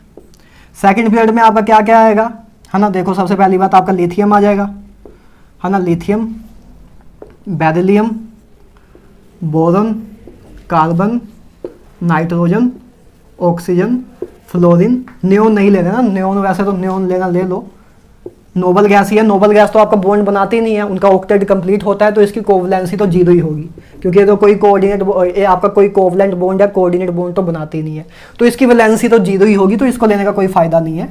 ठीक है, तो ये आपका सेकेंड पीरियड है, तो इसके बारे में बात करते हैं। सबसे पहले चलो बात कर लेते हैं, लिथियम से शुरू कर लेते हैं। लिथियम की वैलेंसी कोवलेंसी एक साथ ही देखते जाएंगे। तो लिथियम की देखो, लिथियम की आपको इलेक्ट्रॉनिक कॉन्फ़िगरेशन पता है क्या होती है, 1s2 2s1, ये लिथियम की कॉन्फ़िगरेशन होती है ना। मतलब अगर इसकी मैं कॉन्फ़िगरेशन लिखना चाहूँ तो ये इसकी कॉन्फ़िगरेशन होती है ग्राउंड स्टेट पे, है ना। ग्राउंड स्टेट पे मतलब अभी हमने बस ग्राउंड स्टेट पे लिखा है ना, अभी हमने एक्साइटेशन नहीं कराई है कोई। तो इसकी ग्राउंड स्टेट कॉन्फ़िगरेशन है जिसमें इसका 1s2 है, इसका 2s1 है। बेसिकली हम वैसे बात करनी है हमें वैलेंस शेल इलेक्ट्रॉन की। आपको पता है कि वैलेंस शेल इलेक्ट्रॉन ही पार्टिसिपेट करते हैं बॉन्डिंग वगैरह में, तो आप चाहो तो सिंपली वैलेंस शेल इलेक्ट्रॉन के बारे में ही लिख सकते हो, ज़्यादा कंफ्यूजन ना हो आपको, है ना। तो सिर्फ आप इसी को लिख दो, वैलेंस शेल के बारे में ही हम बात कर लेते हैं। तो इसको आपको दिख रहा है कि इसके वैलेंस शेल में आपका एक इलेक्ट्रॉन है, इसके वैलेंस शेल में आपका एक इलेक्ट्रॉन है, और इसका जो p ऑर्बिटल है, जो 2p ऑर्बिटल है या 2p सबशेल है, वो तो खाली है पूरा। 2p सबशेल जो है, इसका 2p सबशेल तो पूरा खाली है। अच्छा, तो इसकी वैलेंसी क्या होगी सबसे पहली बात। तो देखो वैलेंसी आपकी क्या होती है, equal to number of covalent bond कितने बना रहा है, कि कितने कोवलेंट बॉन्ड बना सकता है, वही उसकी होती है कोवलेंसी। ठीक बात है। अच्छा, और कोवलेंट बॉन्ड कब बनते हैं, देखो कोवलेंट बॉन्ड तभी बनते हैं जब आपके पास अनपेयर्ड इलेक्ट्रॉन हो। कोवलेंट बॉन्ड कब बनते हैं, जब एक इलेक्ट्रॉन किसी एक एटम के पास हो, एक इलेक्ट्रॉन किसी दूसरे एटम के पास हो, तो एक इलेक्ट्रॉन इसका एक इलेक्ट्रॉन इसका आपस में आके शेयरिंग कर लेते हैं और आपका क्या बन जाता है, कोवलेंट बॉन्ड बन जाता है। मतलब कोवलेंट बॉन्ड बनाने के लिए आपके पास अनपेयर्ड इलेक्ट्रॉन होने चाहिए। क्या होने चाहिए, अनपेयर्ड इलेक्ट्रॉन, कि मतलब एक इलेक्ट्रॉन इसका यूज होगा, एक इलेक्ट्रॉन किसी दूसरे एटम का यूज होगा, तब आपका कोवलेंट बॉन्ड बनेगा। तो मतलब आप चाहो तो एक छोटी सी बात और लिख सकते हो कि covalency is equal to number of unpaired electron, number of unpaired electron is known as a covalency, कि किसी एलिमेंट के पास कितने अनपेयर्ड इलेक्ट्रॉन है वो उसकी कोवलेंसी बता देता है। तो जैसे अगर मैं लिथियम की बात करूं तो लिथियम के वैलेंस शेल में इसके पास एक ही अनपेयर्ड इलेक्ट्रॉन है, तो मतलब ए क्या कर सकता है, एक ही आपका बॉन्ड बना सकता है, ये आपका एक ही ऐसे बॉन्ड बना सकता है किसी भी एलिमेंट के साथ ना, हाइड्रोजन ही किसी के साथ भी बना सकते हैं। जैसे आपका लिथियम हाइड्राइड होता है ना, तो मतलब ये आपका हाइड्रोजन के साथ, हाइड्रोजन के पास भी देखो अब क्या है, हाइड्रोजन के पास भी एक इलेक्ट्रॉन है, हाइड्रोजन के पास भी एक इलेक्ट्रॉन है, ये हाइड्रोजन है, इसके पास भी, इसके ऑर्बिटल में भी एक इलेक्ट्रॉन है। तो एक इलेक्ट्रॉन इसका लिया, एक इलेक्ट्रॉन इसका लिया, इन दोनों ने आपस में मिलकर एक बॉन्ड बना लिया, इसी को हमने बोला कि ये आपका क्या है, ये आपका है कोवलेंट बॉन्ड। तो कोवलेंट बॉन्ड बनाने के लिए आपके पास अनपेयर्ड इलेक्ट्रॉन होने चाहिए, आपके पास अनपेयर्ड इलेक्ट्रॉन होने चाहिए। ठीक है, सिंगल इलेक्ट्रॉन होना चाहिए। ठीक है, अनपेयर्ड इलेक्ट्रॉन होने चाहिए ऑर्बिटल में, तो इसलिए हमने लिखा कि कोवलेंसी नंबर ऑफ अनपेयर्ड इलेक्ट्रॉन के बराबर भी होता है। तो लिथियम के केस में आपके पास एक अनपेयर्ड इलेक्ट्रॉन है, इसलिए कोवलेंसी जो लिथियम की है, लिथियम की जो कोवलेंसी है वो आपकी बराबर हो गई 1 की। लिथियम की जो कोवलेंसी है वो आपकी बराबर हो गई 1 के, कि ये एक ही आपका कोवलेंट बॉन्ड बनाता है, एक ही आपका कोवलेंट बॉन्ड बनाता है। ठीक बात है। अच्छा, इसकी मैक्सिमम कोवलेंसी क्या हो सकती है, हालांकि वो इन जनरल कभी मैंने देखी नहीं है, शो जल्दी होती नहीं है, लेकिन हम अगर थ्योरेटिकली बात करें तो इसकी मैक्सिमम कोवलेंसी क्या हो सकती है।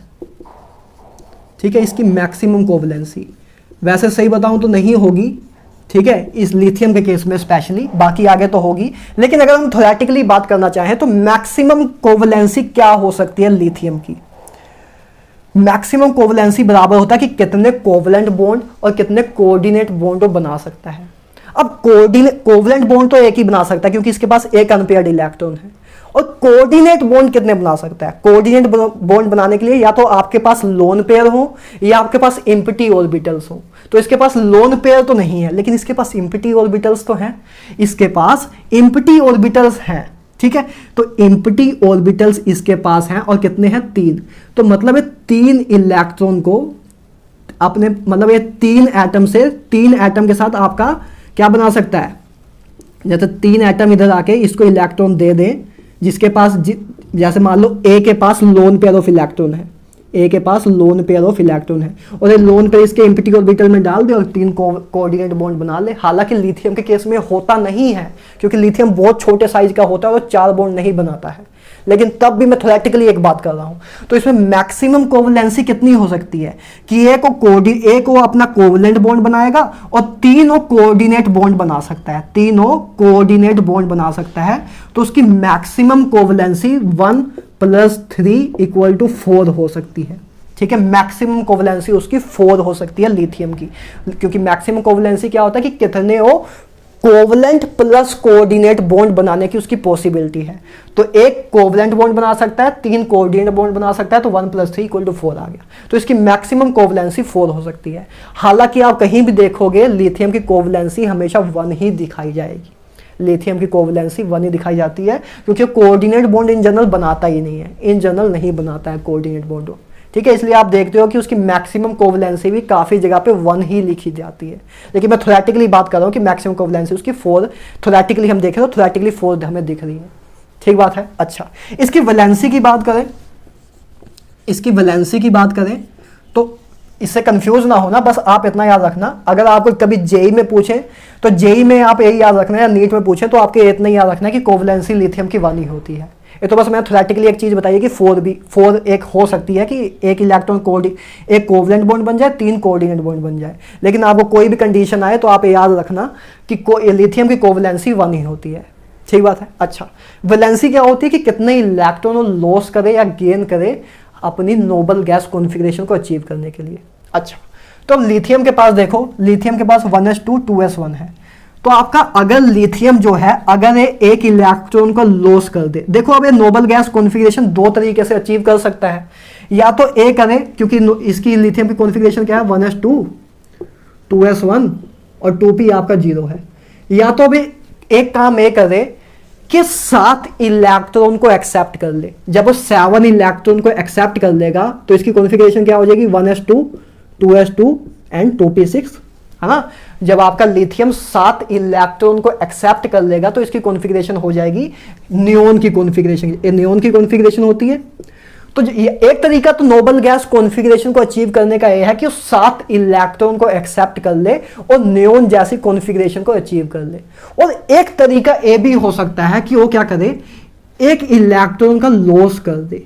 अगर इसने इस इलेक्ट्रॉन का लॉस कर दिया तो इसकी कॉन्फ़िगरेशन होगी 1s2, इसकी जब इसने एक इलेक्ट्रॉन का लॉस कर दिया तो इसकी कॉन्फ़िगरेशन होगी 1s2, और 1s2 कॉन्फ़िगरेशन किसकी होती है, हीलियम की, और हीलियम भी एक आपकी नोबल गैस है। तो ये नोबल गैस कॉन्फ़िगरेशन 2 तरीके से अचीव कर पा रहा है, एक बार इलेक्ट्रॉन का लॉस करके, एक बार इलेक्ट्रॉन का गेन करके।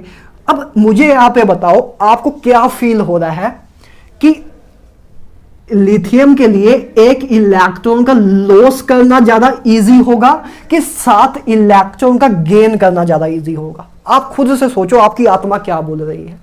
आपको खुद ही आपकी आत्मा बोल रही होगी कि एक इलेक्ट्रॉन का लॉस करना उसके लिए ज्यादा इजी होगा, है ना। ये जो चीज है फेवरेबल कंडीशन नहीं है, फेवर नहीं करेगी कि 7 इलेक्ट्रॉन को अपने पास ले ले, ये फेवर नहीं करेगी कभी भी।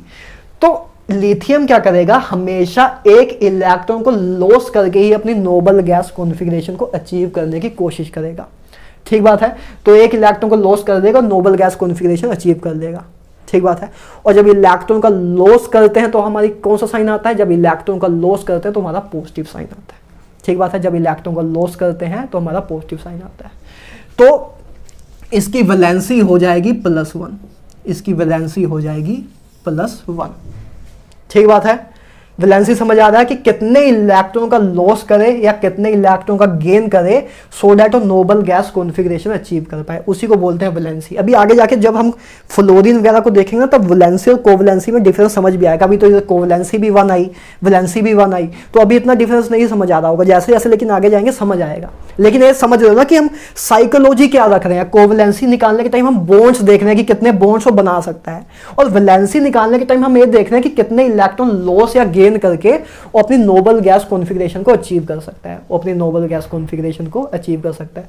तो 7 इलेक्ट्रॉन लेके भी नोबल गैस कॉन्फ़िगरेशन को अचीव कर सकता था और 1 इलेक्ट्रॉन को लॉस करके भी। तो ज्यादा फेवरेबल कंडीशन यही है, तो हम वैलेंसी डिफाइन करने का तरीका इसी से करेंगे। ये नहीं बोलेंगे कि इसकी वैलेंसी 7 है ना, इसकी वैलेंसी 7 है, हम ये नहीं बोलेंगे है ना कि -7 इसकी वैलेंसी है, क्योंकि ये तो कभी होगी ही नहीं, ये फेवरेबल कंडीशन ही नहीं है। तो इसकी वैलेंसी आपकी +1 होगी, इसकी वैलेंसी आपकी +1 होगी। ठीक बात है। अच्छा आगे देखते हैं, लिथियम की बात हो गई, तो लिथियम की कोवैलेंसी आपकी 1 होती है। ठीक है, मैक्सिमम कोवैलेंसी मैंने 4 लिख दी है, लेकिन मैंने बताया है कि प्रैक्टिकली वो पॉसिबल नहीं है, थ्योरेटिकली हमने बात कर ली है बस। अच्छा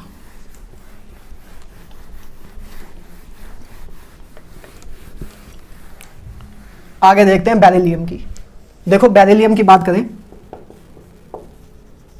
तो बेरिलियम की कॉन्फ़िगरेशन क्या होती है, 1s2 2s2 है ना, ये इसका वैलेंस शेल है, ये इसका वैलेंस शेल है।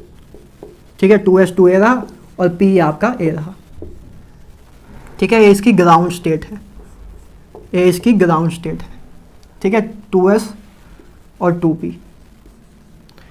ठीक है, ए आपका 2s है, 2p आपका खाली है, ये आपकी ग्राउंड स्टेट है। तो देखो ग्राउंड स्टेट में तो इसके पास कोई भी अनपेयर्ड इलेक्ट्रॉन नहीं है, ग्राउंड स्टेट में तो इसके पास कोई भी अनपेयर्ड इलेक्ट्रॉन नहीं है। तो ग्राउंड स्टेट में अगर मैं इसकी कोवैलेंसी की बात करूं तो ग्राउंड स्टेट में तो इसकी कोवैलेंसी क्या होगी, 0 होगी।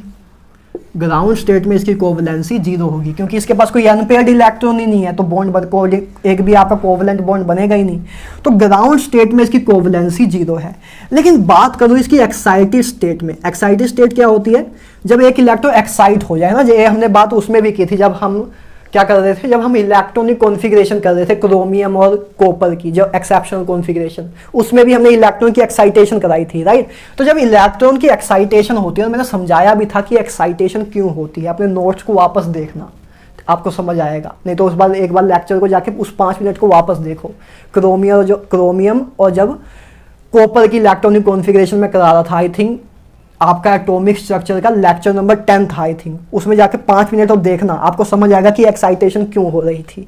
ठीक है, तो जब फिलहाल बात करूं, जब ये एक्साइटेशन होगी, तो जब ये एक्साइटेशन होगी, एक्साइटेशन का मतलब क्या कि एक इलेक्ट्रॉन कूद के इधर आ गया, ये एक्साइटेशन हुई, ये इसकी एक्साइटेड स्टेट है, इसकी एक ग्राउंड स्टेट है, ये इसकी एक्साइटेड स्टेट है। तो एक्साइटेड स्टेट में आपको दिख रहा है कि हाँ इसके पास एक्साइटेड स्टेट में 2 अनपेयर्ड इलेक्ट्रॉन है, एक्साइटेड स्टेट में इसके पास 2 अनपेयर्ड इलेक्ट्रॉन है। तो एक्साइटेड स्टेट के केस में इसकी कोवैलेंसी क्या होगी, 2 होगी। एक्साइटेड स्टेट में इसकी कोवैलेंसी क्या होगी, 2 होगी। और मैक्सिमम कोवैलेंसी क्या हो सकती है, मैक्सिमम कोवैलेंसी, तो मैक्सिमम कोवैलेंसी आपको दिख रहा है क्लियरली कि एक कोवैलेंट बॉन्ड बना सकता है, इधर से 2 कोवैलेंट बॉन्ड बन जाएंगे और इधर से 2 कोऑर्डिनेट बॉन्ड बन सकते हैं, इधर से 2 कोऑर्डिनेट बॉन्ड बन सकते हैं कि इधर एक लेविस बेस हो और इधर भी एक लेविस बेस हो, और लेविस बेस इनको इलेक्ट्रॉन्स दे दे। ठीक है, लेविस बेस इनको इलेक्ट्रॉन दे दे और अपना कोऑर्डिनेट बॉन्ड बना ले। तो मैक्सिमम कोवैलेंसी क्या हो सकती है कि 2 कोवैलेंट बॉन्ड बनाएगा, 2 कोऑर्डिनेट बॉन्ड और 4 ऐसे करके आपके बॉन्ड बन जाएंगे। तो मैक्सिमम कोवैलेंसी उसकी 4 हो सकती है, मैक्सिमम कोवैलेंसी 4 हो सकती है। तो बेरिलियम की मैक्सिमम कोवैलेंसी कितनी हो सकती है, 4 हो सकती है। 2 कोवैलेंट बॉन्ड बना सकता है, 2 कोऑर्डिनेट बॉन्ड बना सकता है, क्योंकि 2 उसके पास इम्पिटी ऑर्बिटल्स हैं। ठीक है, और वैसे इन जनरल कोवैलेंसी उसकी कितनी होती है, 2 होती है ना, कि एक्साइटेड स्टेट में उसके पास 2 अनपेयर्ड इलेक्ट्रॉन है, तो कोवैलेंसी क्या होती है कि कितने नंबर ऑफ कोवैलेंट बॉन्ड बनाएगा, वही उसकी कोवैलेंसी होती है। ठीक है, इन ग्राउंड स्टेट या एक्साइटेड स्टेट में, है ना। तो ग्राउंड स्टेट में तो बॉन्ड बना ही नहीं पाएगा, तो उसको अगर बॉन्ड बनाने हैं तो उसको पहले एक्साइटेशन करानी होगी, तभी बॉन्ड बनाएगा। तो आपकी बेरिलियम की जो कोवैलेंसी होती है वो कितनी होती है, 2 होती है। बेरिलियम की जो कोवैलेंसी होती है वो 2 होती है, ठीक बात है। और मैक्सिमम कोवैलेंसी 4 होती है। ठीक है, अच्छा वैलेंसी की बात करें तो वैलेंसी आपको क्लियरली दिख रहा है, अब वैलेंसी के लिए क्या करना होगा, या तो 6 इलेक्ट्रॉन को गेन कर ले या 2 इलेक्ट्रॉन का लॉस कर दे। तो आपको क्लियरली पता है कि 2 इलेक्ट्रॉन का लॉस करना ज्यादा बेटर होगा, ज्यादा फेवरेबल होगा एज कंपेयर टू जब 6 इलेक्ट्रॉन का गेन करना हो। तो ये 2 इलेक्ट्रॉन को लॉस करके नोबल गैस कॉन्फिगरेशन को अचीव करने में ज्यादा विश्वास रखेगा। तो इसकी वैलेंसी क्या हो जाएगी, इसकी वैलेंसी हो जाएगी +2, है ना, +2, कि 2 इलेक्ट्रॉन को लॉस करके, ये 2 इलेक्ट्रॉन को लॉस करके 1s2 कॉन्फिगरेशन अचीव कर लेगा, मतलब helium noble gas configuration achieve कर लेगा। ठीक है, तो वैलेंसी क्या होती थी, it is equal to the number of electron gain और loss to achieve a noble gas configuration. तो 2 इलेक्ट्रॉन को लॉस करके नोबल गैस कॉन्फिगरेशन अचीव कर लेगा, इसलिए इसकी वैलेंसी आई +2, इसलिए इसकी वैलेंसी आई +2। क्लियर बात है, चलो ठीक है। तो इसकी कोवलेंसी हो गई, वैलेंसी हो गई, मैक्सिमम कोवलेंसी भी हमने देख लिया, ठीक बात है। अच्छा बोरोन की देखते हैं, बोरोन की बात करते हैं।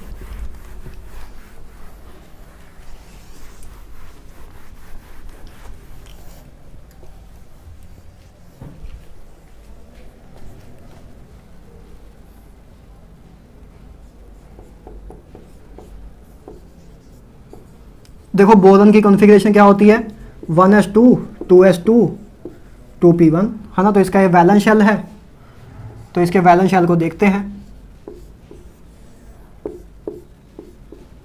ठीक है। तो इसकी एक ग्राउंड स्टेट है, ग्राउंड स्टेट में इसके पास 2s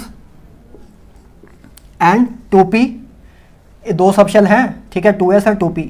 तो ग्राउंड स्टेट में इसकी कोवलेंसी क्या होगी, ग्राउंड स्टेट में इसकी कोवलेंसी आपको क्लियरली दिख रहा है कि 1 होगी। ग्राउंड स्टेट में इसकी कोवलेंसी क्लियरली दिख रहा है कि आपको 1 होगी, क्योंकि इसके पास एक ही अनपेयर्ड इलेक्ट्रॉन है ग्राउंड स्टेट में, ठीक बात है। ग्राउंड स्टेट में तो कोई दिक्कत नहीं है।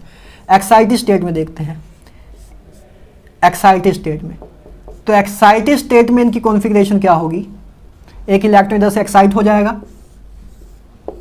और इधर से कूद के इस डब्बे में आ जाएगा, तो ये इसकी एक्साइटेड स्टेट होगी, है ना। ये 2s था, ये 2p था, ये इसकी ग्राउंड स्टेट थी, ये इसकी एक्साइटेड स्टेट है ना, कि एक इलेक्ट्रॉन इधर से कूद के इधर चला गया। इसकी एक्साइटेड स्टेट में इसके पास 3 अनपेयर्ड इलेक्ट्रॉन है, कितने, 3 अनपेयर्ड इलेक्ट्रॉन। तो 3 अनपेयर्ड इलेक्ट्रॉन है, तो इसकी कोवलेंसी मतलब कितने कोवलेंट बॉन्ड बना सकता है, 3 बना सकता है। तो इसकी कोवलेंसी एक्साइटेड स्टेट में 3 होती है, ठीक है। इसकी कोवलेंसी एक्साइटेड स्टेट में कितनी होती है, 3 होती है, ठीक बात है। इन जनरल जो बॉन्डिंग होती है वो एक्साइटेड स्टेट में ही होती है, कि पहले इलेक्ट्रॉन एक्साइट होते हैं तभी आपके बॉन्ड बनते हैं। इसीलिए जब आप सर्च मारोगे अगर कहीं गूगल पे या आपने किसी क्वेश्चन में, तो बोरोन की कोवलेंसी 1 नहीं दिखाई जाती है, इन जनरल 3 ही दिखाई जाती है, क्योंकि एक्साइटेड स्टेट, क्योंकि जब बॉन्ड बनता है तो पहले इलेक्ट्रॉन की एक्साइटेशन होती है तब जाके आपके बॉन्ड बनते हैं, ठीक है। इसलिए उसकी कोवलेंसी 3 ही दिखाई जाती है। हालांकि उसकी कोवलेंसी 1 भी होती है, लेकिन इन जनरल 3 ही दिखाई जाती है, क्योंकि जब आपका बॉन्ड बनता है तो एक्साइटेशन पहले होती है तब आपके बॉन्ड बनते हैं, कि एक इलेक्ट्रॉन इधर से एक्साइट हुआ तब आपके बॉन्ड बनना शुरू होते हैं, तब आपके बॉन्ड बनना शुरू होते हैं, ठीक है। तो बोरोन की कोवलेंसी 3 है, ग्राउंड स्टेट में आपकी 1 है, ठीक है, एक्साइटेड स्टेट में आपकी 3 है। अब आगे बात करें इसकी मैक्सिमम कोवलेंसी कितनी होगी, मैक्सिमम कोवलेंसी कितनी होगी उसके बारे में बात करते हैं। तो देखो 3 तो ये आपका कोवलेंट बॉन्ड बना देगा, और एक इधर से हो सकता है कि लेविस बेस इसको 2 लोन पेयर, इसके एक लोन पेयर ऑफ इलेक्ट्रॉन देके इधर से कोऑर्डिनेट बॉन्ड बना ले। तो 3 आपके, इसकी वैलेंसी कितनी, इसकी मैक्सिमम कोवलेंसी कितनी हो सकती है, 4, जिसमें से 3 आपके कोवलेंट बॉन्ड बन जाएंगे, 3 आपके कोवलेंट बॉन्ड और एक आपका कोऑर्डिनेट बॉन्ड बन जाएगा, ठीक है। एक आपका कोऑर्डिनेट बॉन्ड बन जाएगा, 3 आपके कोवलेंट बॉन्ड बन सकते हैं, एक आपका कोऑर्डिनेट बॉन्ड बन सकता है। तो मैक्सिमम कोवलेंसी इसकी 4 हो सकती है, मैक्सिमम कोवलेंसी इसकी 4 हो सकती है, 3 कोवलेंट बॉन्ड बना के और एक कोऑर्डिनेट बॉन्ड बना के, ठीक है। तो इसकी मैक्सिमम कोवलेंसी 4 हो सकती है। आगे देखें, वैलेंसी की बात करें तो वैलेंसी आपको क्लियरली दिख रहा है, या तो 5 इलेक्ट्रॉन को एक्सेप्ट करके नोबल गैस कॉन्फिगरेशन अचीव कर सकता है, या 3 इलेक्ट्रॉन का लॉस करके। तो अभी भी ये फेवर यही करेगा कि 3 इलेक्ट्रॉन का लॉस कर दो 5 लेने के बजाय। तो इसकी वैलेंसी कितनी होगी, इसकी वैलेंसी होगी +3, इसकी वैलेंसी होगी +3, ठीक है, वैलेंसी होगी +3, ठीक है। कोवलेंसी में हम कोई साइन नहीं दिखा रहे हैं, वैलेंसी में हम प्लस माइनस का साइन दिखाते हैं, है ना, ये भी एक डिफरेंस देख सकते हो आप, ठीक है। तो इसकी वैलेंसी होगी +3, कोवलेंसी 3, एक्साइटेड स्टेट में मेजरली हम बात भी करते हैं, और मैक्सिमम कोवलेंसी होगी 4, ठीक है, जिसमें से एक 3 आपके आए कोवलेंट बॉन्ड बनाने के कारण और एक आपका कोऑर्डिनेट बॉन्ड बनाने के कारण आए, तो 3 + 1 = 4, ठीक बात है। अच्छा, तो ये हो गया आपका बोरोन की आपकी कोवलेंसी या वैलेंसी की बात हो गई, ठीक है। चलो थोड़ा जल्दी जल्दी अब आगे देख लेते हैं, काम खत्म करते हैं। नाइट्रोजन की देखो, नाइट्रोजन की कॉन्फ़िगरेशन आपको पता है, नाइट्रोजन की कॉन्फ़िगरेशन 1s2 2s2 2p3 है ना। तो इसके ग्राउंड स्टेट ए है, ठीक है, ये इसकी ग्राउंड स्टेट है,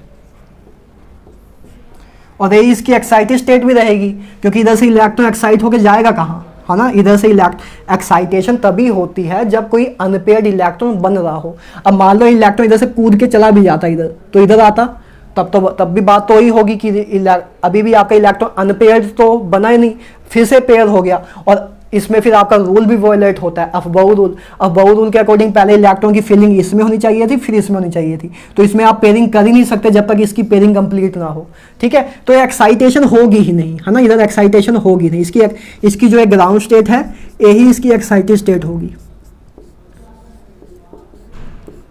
ठीक है। क्या आपको फील भी आ रहा है ना, इसमें तो कुछ सोचने की बात ही नहीं है, आपको वैसे भी फील हो रहा है कि इधर से इलेक्ट्रॉन एक्साइट क्यों होगा, क्योंकि इसके 3 अनपेयर्ड इलेक्ट्रॉन है ही हैं। जब इधर से मैं दे दूंगा तो इसके तो अनपेयर्ड इलेक्ट्रॉन डिस्टर्ब ही होंगे, फिर पेयरिंग होने लग जाएगी, तो खराब ही काम है ना, ठीक है। तो इसकी एक्साइटेड स्टेट ए है, तो इसकी कोवलेंसी कितनी होगी, नाइट्रोजन की कोवलेंसी होगी 3,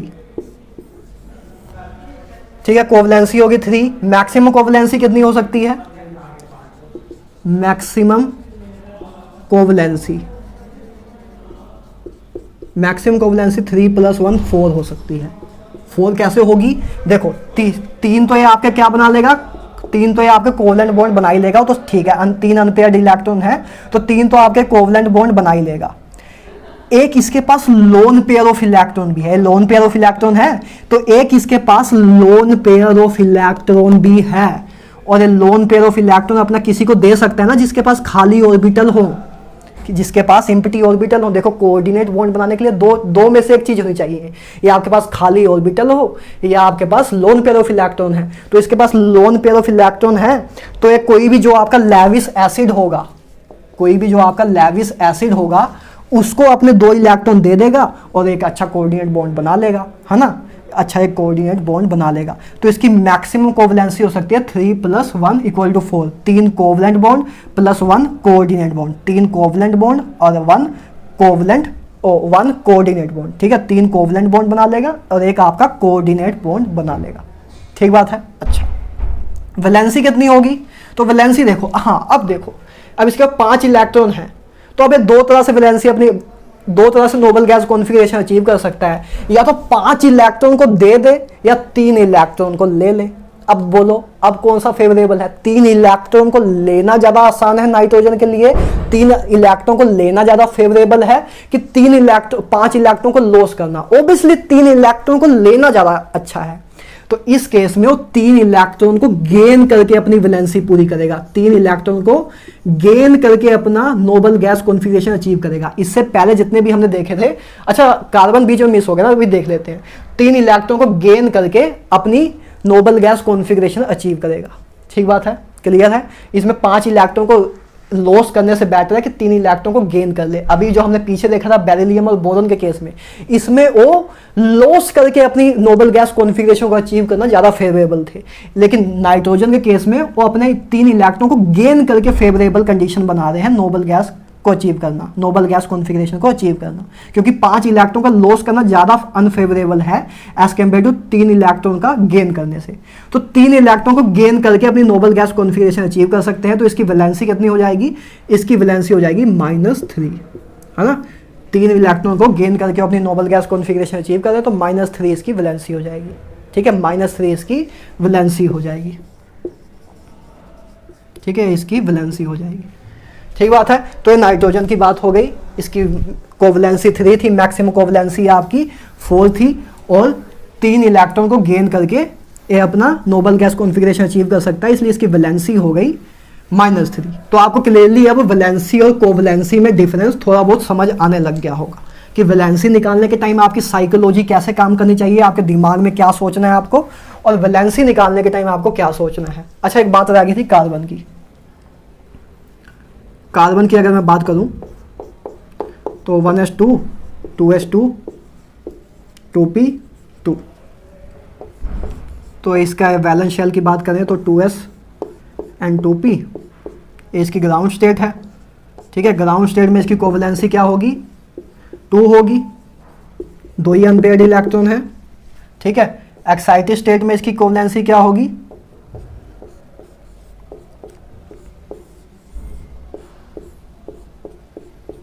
ये होगी, एक इलेक्ट्रॉन इधर से एक्साइट हो जाएगा। अब एक्साइटेशन पॉसिबल है, इधर से एक इलेक्ट्रॉन एक्साइट हो जाएगा तो इधर आ जाएगा, तो एक्साइटेड स्टेट में इसकी कोवैलेंसी क्या होगी, 4 होगी, है ना। एक्साइटेड स्टेट में इसकी कोवैलेंसी 4 होगी। मैक्सिमम कोवैलेंसी इसकी क्या हो सकती है, तो मैक्सिमम कोवैलेंसी भी इसकी 4 ही होगी, मैक्सिमम कोवैलेंसी भी इसकी 4 ही होगी, क्योंकि इसमें कोई कोऑर्डिनेट बॉन्ड नहीं बन सकता है। देखो इधर कोई कोऑर्डिनेट बॉन्ड बनने की पॉसिबिलिटी नहीं है, क्योंकि ना इसके पास कोई अनपेयर्ड इलेक्ट्रॉन है। ठीक है, एक्साइटेड स्टेट में इसके पास ना कोई अनपेयर्ड इलेक्ट्रॉन है और ना ही इसके पास क्या है, कोई एम्प्टी ऑर्बिटल है। हाँ, ग्राउंड स्टेट में हो सकता है कि ग्राउंड स्टेट में इसकी मैक्सिमम कोवैलेंसी क्या हो सकती है, ग्राउंड स्टेट में इसकी मैक्सिमम कोवैलेंसी 3 हो सकती है ना, मैक्सिमम कोवैलेंसी 3 हो सकती है कि दो आपके कोवलेंट बॉन्ड बना ले और एक कोऑर्डिनेट बॉन्ड बना ले, एक आपका कोऑर्डिनेट बॉन्ड बना ले, ये हो सकता है।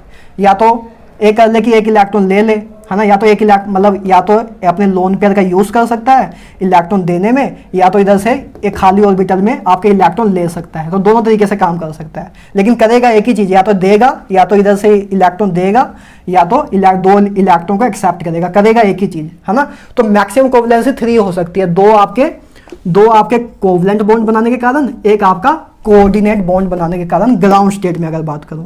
एक्साइटेड स्टेट में तो इसकी कोवैलेंसी और मैक्सिमम कोवैलेंसी 4 ही होगी, क्योंकि 4 अनपेयर्ड इलेक्ट्रॉन है, कोई ना एम्प्टी ऑर्बिटल है, ना इसके पास आपके पास लोन पेयर है, तो इसमें 4 के 4 कोवलेंट बॉन्ड ही बनेंगे। तो इस केस में आपका कोई भी कोऑर्डिनेट बॉन्ड नहीं बनेगा, कोऑर्डिनेट बॉन्ड नहीं बनेगा। जब कार्बन की एक्साइटेड स्टेट में बात करूं तो कोई भी कोऑर्डिनेट बॉन्ड नहीं बनेगा। ठीक बात है, तो कार्बन की ये बात हो गई। अच्छा, इसकी वैलेंसी बात करूं तो इसकी वैलेंसी देखो क्या होगी, या तो अब 4 इलेक्ट्रॉन को लेके अपने 4 इलेक्ट्रॉन को गेन करके अपनी नोबल गैस कॉन्फ़िगरेशन अचीव कर सकता है, या 4 इलेक्ट्रॉन को दे के ही। अब 4 इलेक्ट्रॉन लेके भी कर सकता है, 4 इलेक्ट्रॉन दे के भी। अब इधर ये थोड़ी सी जो मैंने वैलेंसी की डेफिनेशन लिखाई थी ना, इधर थोड़ी सी वो कॉन्ट्राडिक्ट करती है। देखो वो जो मैंने डेफिनेशन लिखाई थी आपको बिल्कुल सही लिखाई थी, लेकिन कार्बन के केस में क्या होता है, कार्बन के केस में ना वो इलेक्ट्रॉन को लॉस करता है, ना वो इलेक्ट्रॉन को गेन करता है। वो इन जनरल वो इलेक्ट्रॉन की शेयरिंग करता है ना। कार्बन इलेक्ट्रॉन की शेयरिंग करके अपना ऑक्टेट कंप्लीट करता है, ना इलेक्ट्रॉन को लॉस करता है, ना गेन करता है। इसलिए आप कभी ये नहीं देखते हो कि कार्बन का कटायन बना है कि C4+ या C4-, ऐसा तो नहीं देखते हो ना कहीं भी कि कार्बन का कटायन या कार्बन का एनायन बना है, ये कभी भी नहीं देखते हो आप, क्योंकि कार्बन हमेशा कोवलेंट बॉन्ड ही बनाता है। तो जो 4 इलेक्ट्रॉन को एक्सेप्ट करता है अपना ऑक्टेट कंप्लीट करने के लिए, देखो इसके पास 4 इलेक्ट्रॉन है और इधर से 4 इलेक्ट्रॉन ले लेगा कोई दूसरे एटम से, है ना। 4 इलेक्ट्रॉन लेके आपका बॉन्ड, 4 इलेक्ट्रॉन लेके ऐसे बॉन्ड बना लेगा, तो इसके पास अब इसका ऑक्टेट कंप्लीट हो गया। तो कार्बन जो है वो अपना ऑक्टेट जो है वो कंप्लीट करता है by sharing of electron, not by loss और गेन ऑफ इलेक्ट्रॉन। ठीक है, तो जितने भी आपकी पूरी कार्बन फैमिली जो है, जो पूरी कार्बन फैमिली है, जैसे कार्बन हो गया, सिलिकॉन हो गया, सारे शेयरिंग ऑफ इलेक्ट्रॉन से अपनी वैलेंसी को फुली फिल करते हैं। मतलब वो इलेक्ट्रॉन की शेयरिंग करके अपनी नोबल गैस कॉन्फ़िगरेशन अचीव करते हैं। मैंने आपको फर्स्ट लेक्चर में बताया भी था कि नोबल गैस कॉन्फ़िगरेशन को अचीव करने के 2 तरीके हैं, या तो लॉस या गेन ऑफ इलेक्ट्रॉन कर ले, या शेयरिंग ऑफ इलेक्ट्रॉन कर ले। तो कार्बन आपका शेयरिंग ऑफ इलेक्ट्रॉन करके आपकी नोबल गैस कॉन्फ़िगरेशन को अचीव करता है। ठीक बात है, तो इसलिए कार्बन की वैलेंसी क्या होगी, कार्बन की वैलेंसी 4 होगी, कार्बन की वैलेंसी 4 होगी। ठीक बात है, क्लियर है। अच्छा, तो ये बात होगी कार्बन की। अब नाइट्रोजन की बात हो गई है, ऑक्सीजन की बात कर लें, उसके बाद फ्लोरीन की बात कर लेते हैं। ऑक्सीजन की बात कर लेते हैं और फ्लोरीन की बात कर लेते हैं।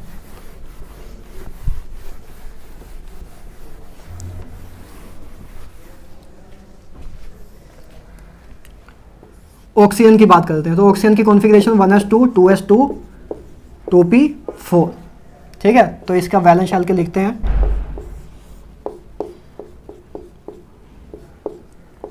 तो ये ऑक्सीजन है, ये ऑक्सीजन की ग्राउंड स्टेट है ना। थोड़ा ज़्यादा जल्दी लिख दिया, कचरा सा बना दिया है, थोड़ा सा साफ सा बनाते हैं। ये इसकी ग्राउंड स्टेट है,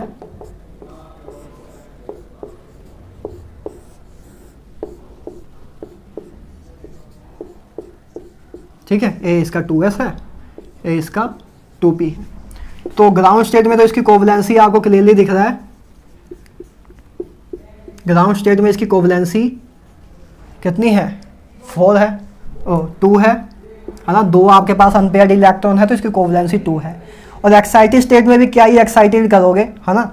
इधर से कुछ एक्साइटेशन तो पॉसिबल है नहीं, क्योंकि एक्साइट करोगे इधर आके भी पेयर ही हो जाएगा, तो एक्साइटेशन तो होगी नहीं। मतलब इसकी एक्साइटेड स्टेट भी यही होगी, है ना। इसकी एक्साइटेड स्टेट भी यही होगी, एक्साइटेशन में भी इसके कोई चेंज नहीं आएंगे, ठीक है। इसकी एक्साइटेड स्टेट भी होगी। तो कोवलेंसी तो अभी भी 2 ही रहेगी। मैक्सिमम कोवलेंसी क्या हो सकती है? मैक्सिमम कोवलेंसी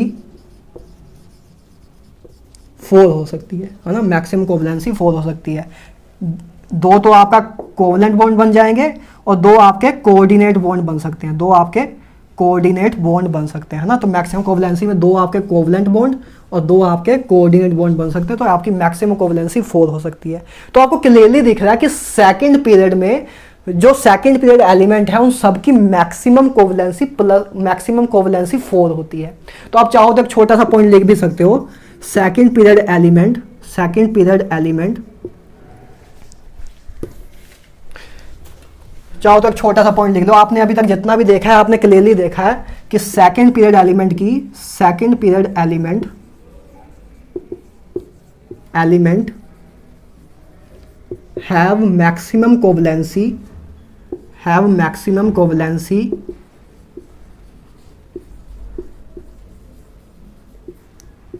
4 कि मैक्सिमम कोवलेंसी कितनी हो सकती है? 4 हो सकती है, ठीक है। वैलेंसी की बात करें, वैलेंसी देखो, हाँ अब देखो आपको दिखेगा मैक्सिमम कोवलेंसी इसकी कितनी है? 4 इसकी। लेकिन वैलेंसी की बात करें तो 2 इलेक्ट्रॉन को लेके नोबल गैस कॉन्फ़िगरेशन को अचीव करना ज़्यादा फेवरेबल होगी, है ना, एज कम्पेयर टू 6 इलेक्ट्रॉन को लॉस करके।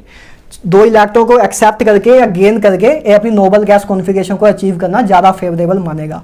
तो इसकी वैलेंसी कितनी होगी? वैलेंसी होगी -2, वैलेंसी होगी -2, ठीक है। इसकी वैलेंसी होगी -2, बात क्लियर है, ठीक है। तो इसकी वैलेंसी होगी -2, मैक्सिमम कोवलेंसी 4 हो सकती है, कोवलेंसी 2 है। तो ये सब आपको समझ आ रहा है। अब लास्ट बात कर लेते हैं फ्लोरीन की, ठीक है। फ्लोरीन को देख लेते हैं हम। इस एक छोटा सा पॉइंट लिख लेना ना, सेकंड पीरियड एलिमेंट में जो मैक्सिमम कोवलेंसी होती है वो 4 होती है, ठीक है। आगे बात करते हैं फ्लोरीन की।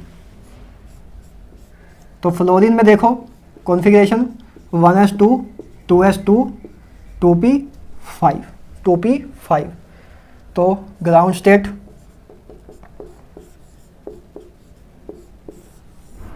ये 2s है, ये 2p है आपका, ठीक है। ये 2s है, ये आपका 2p है। अच्छा, तो ग्राउंड स्टेट में इसकी कोवलेंसी कितनी होगी? कोवलेंसी होगी इसकी 1, है ना। एक ही अनपेयर्ड इलेक्ट्रॉन है, इसकी कोवलेंसी 1 होगी। मैक्सिमम कोवलेंसी कितनी होगी? अब देखो मैक्सिमम कोवलेंसी शायद कुछ लोग ये बोले कि 1 + 3 = 4 होगी, है ना, कि एक अपना कोऑर्डिनेट, एक अपना कोवलेंट बॉन्ड बना लेगा और 3 आपके कोऑर्डिनेट बॉन्ड बना लेगा। इसके पास 3 लोन पेयर हैं। लेकिन ऐसा नहीं होता है। क्यों नहीं होता है? क्योंकि आपको पता है कि फ्लोरीन तो मोस्ट इलेक्ट्रोनेगेटिव एलिमेंट है, सबसे ज्यादा इलेक्ट्रोनेगेटिव एलिमेंट है फ्लोरीन। क्या है आपका? मोस्ट इलेक्ट्रोनेगेटिव एलिमेंट है। इलेक्ट्रोनेगेटिव एलिमेंट, इसकी इलेक्ट्रोनेगेटिविटी सबसे हाईएस्ट है, मतलब है इलेक्ट्रॉन को खींचने में सबसे ज़्यादा पावरफुल है। तो जो इंसान इलेक्ट्रॉन को खींचने में ज़्यादा पावरफुल है वो इलेक्ट्रॉन को डोनेट थोड़ा करेगा, वो इलेक्ट्रॉन को डोनेट थोड़ा करेगा किसी को, ठीक बात है। तो कभी भी कोऑर्डिनेट बॉन्ड बनेगा ही नहीं, क्योंकि वो इलेक्ट्रॉन को खींचना पसंद करता है, इलेक्ट्रॉन को अपने तरफ लेना पसंद करता है, इलेक्ट्रॉन को देना नहीं। उसका नेचर ही नहीं है इलेक्ट्रॉन को देने वाला, इलेक्ट्रॉन को लेना उसका नेचर है, अपने तरफ खींचना उसका नेचर है, ठीक है। तो फ्लोरीन आपका मोस्ट इलेक्ट्रोनेगेटिव एलिमेंट है, इसलिए मोस्ट इलेक्ट्रोनेगेटिव एलिमेंट है, मतलब एक तरह से बोलूं तो ये क्या है, गुंडागर्दी करता है, एक गुंडा है। फ्लोरीन आपका एक गुंडा है, तो ये आपका इलेक्ट्रॉन देता नहीं है, सिर्फ लेने खींचने में, अपने तरफ अट्रैक्ट करने में ज़्यादा विश्वास रखता है। तो कभी भी ये आपका कोऑर्डिनेट बॉन्ड बना ही नहीं सकता, क्योंकि कोऑर्डिनेट बॉन्ड बनाने के लिए या तो आपके पास एम्प्टी ऑर्बिटल हो या लोन पेयर हो। अब एम्प्टी ऑर्बिटल तो इसमें है नहीं, ठीक है, और लोन पेयर इसमें है, लेकिन ये लोन पेयर अपने डोनेट नहीं करेगा, क्योंकि ये गुंडा है भाई, सबसे ज़्यादा इलेक्ट्रोनेगेटिव एलिमेंट है, तो ये अपने इलेक्ट्रॉन को डोनेट करेगा ही नहीं, ये अपने इलेक्ट्रॉन्स को डोनेट करने के नेचर ही नहीं है इसका, ठीक बात है, ठीक है। तो इसकी कोवलेंसी और मैक्सिमम कोवलेंसी दोनों ही इसकी 1 है, दोनों ही इसकी 1 है, ठीक बात है। इसकी मैक्सिमम कोवलेंसी 4 नहीं होगी, समझ आ गया, ठीक है। और इसकी वैलेंसी क्या होगी, इसकी वैलेंसी होगी, वैलेंसी कितनी होगी, एक इलेक्ट्रॉन का एक्सेप्ट करके अपनी नोबल गैस कॉन्फ़िगरेशन अचीव कर सकता है, तो इसकी वैलेंसी होगी 1, इसकी वैलेंसी होगी 1, है ना, -1, ठीक है, इसकी वैलेंसी होगी -1। बात क्लियर है, क्लियर चल रहा है सब कुछ, चलो। तो ये बात हो गई सेकंड पीरियड के सारे एलिमेंट की। थर्ड पीरियड के 1-2 एलिमेंट की और दिखा देता हूं आपको, थोड़ा सा क्लियरेंस मिल जाए, और उसके बाद बाकी थर्ड पीरियड एलिमेंट की आपका करना आपका होमवर्क है। 2-3 की मैं बता देता हूं, बाकी जितने भी बचेंगे वो आप होमवर्क में करोगे, ठीक बात है। चलो, अब तो आप निकालना सीख गए होगे कि कैसे निकालते हैं, तो आप एक्सपर्ट बन गए होगे, ठीक है, कोई बड़ी बात थी भी नहीं। थर्ड पीरियड एलिमेंट की बात करते हैं। देखो थर्ड पीरियड एलिमेंट में क्या आता है, सोडियम मैग्नीशियम तो आता है, ठीक है। सोडियम मैग्नीशियम की हम बात इसलिए नहीं कर रहे हैं क्योंकि सोडियम और मैग्नीशियम आपके आयनिक कंपाउंड ही बनाते हैं, इसलिए हम इनकी बात नहीं करेंगे ना। कोवलेंसी आपकी कोवलेंट कंपाउंड की डिफाइन होती है, तो जैसे सोडियम मैग्नीशियम की हम बात नहीं कर रहे हैं, सीधा एल्यूमिनियम पे आते हैं, है ना। Aluminium, silicon, phosphorus, sulphur and chlorine. Neon की बात नहीं करेंगे, है ना, क्योंकि नियोन तो नोबल गैस ही है आपकी, ठीक है। सोडियम और मैग्नीशियम की समझ आ गया ना, क्यों नहीं बात कर रहे हैं, क्योंकि वो आयनिक कंपाउंड बनाते हैं ना, Na पॉजिटिव और Mg2 पॉजिटिव, ये तो देखे ही होंगे आपने आयंस, तो ये आपके आयनिक कंपाउंड्स ही बनाते हैं, इसलिए हम इनकी कोवलेंसी बताते नहीं, क्योंकि कोवलेंसी कोवलेंट बॉन्ड की ही या कोवलेंट कंपाउंड की ही बताते हैं जो कोवलेंट बॉन्ड बना रहे हो। तो ये तो आपके आयनिक बॉन्ड बनाते हैं, तो इसकी बात अभी नहीं करेंगे, जब आयनिक बॉन्ड की बात करेंगे तब उधर देखेंगे एक चीज, इलेक्ट्रोवैलेंसी, ठीक बात है। अच्छा, बात करें, चलो मैं एक एल्यूमिनियम की बता देता हूं, एक क्लोरीन की बता देता हूं। तो देखो एल्यूमिनियम की बात करें, पहले तो एक चीज लिख लो, third period elements have maximum कोवलेंसी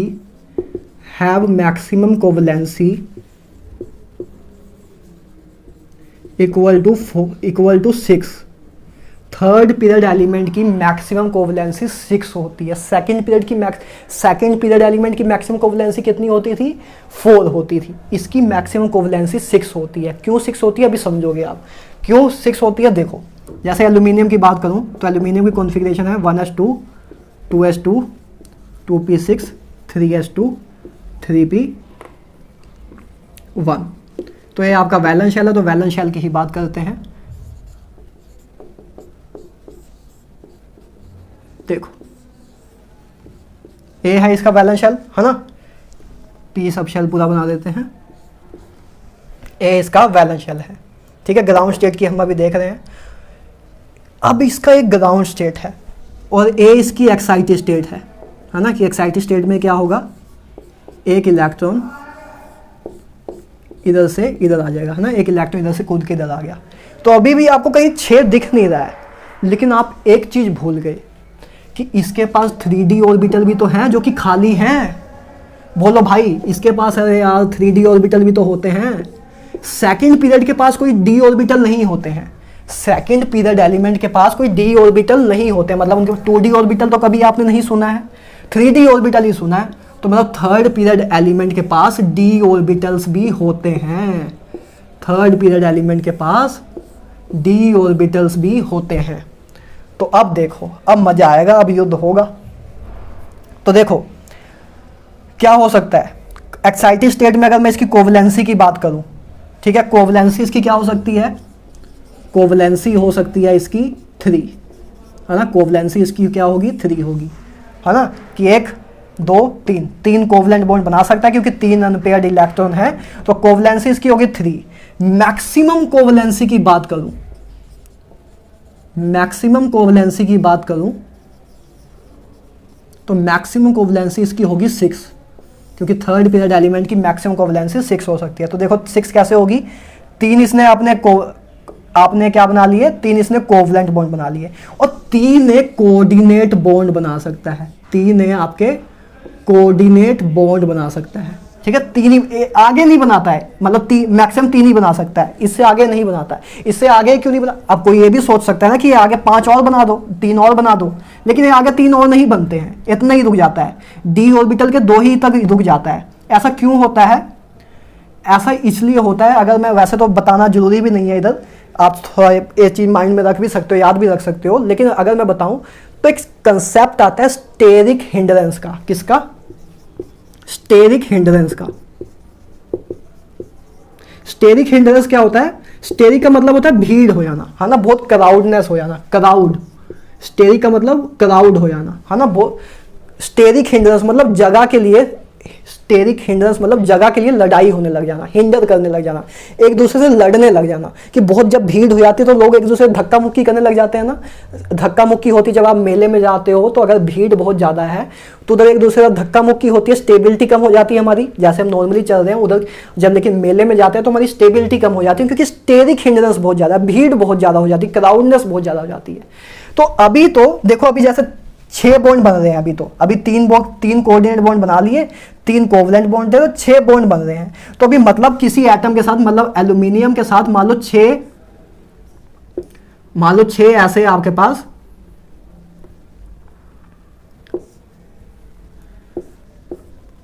मान लो ऐसे 6 आपके पास एलिमेंट लगे हुए हैं, एल्यूमिनियम के साथ कोई 6 ऐसे एटम्स आके लग गए, 6 एलिमेंट ऐसे आके लग गए, ठीक है, तो इसकी 6 कोवलेंसी 6 हो गई, कि 3 इसने कोवलेंट बॉन्ड बना लिए और 3 कोऑर्डिनेट बॉन्ड बना लिए। अब सोचो अगर और 3 कोऑर्डिनेट बॉन्ड बना लेगा तो इसके पास 9 बॉन्ड बन जाएंगे, 9 बॉन्ड बन जाएंगे। तो अब सोचो इधर भीड़ कितनी हो जाएगी, ये भीड़ इतनी ज्यादा हो जाएगी, ये भीड़ इतनी ज्यादा हो जाएगी कि ये एटम्स आपस में ही लड़ने लग जाएंगे, आपस में इनको जगह ही नहीं मिलेगी कहीं रुकने की, है ना।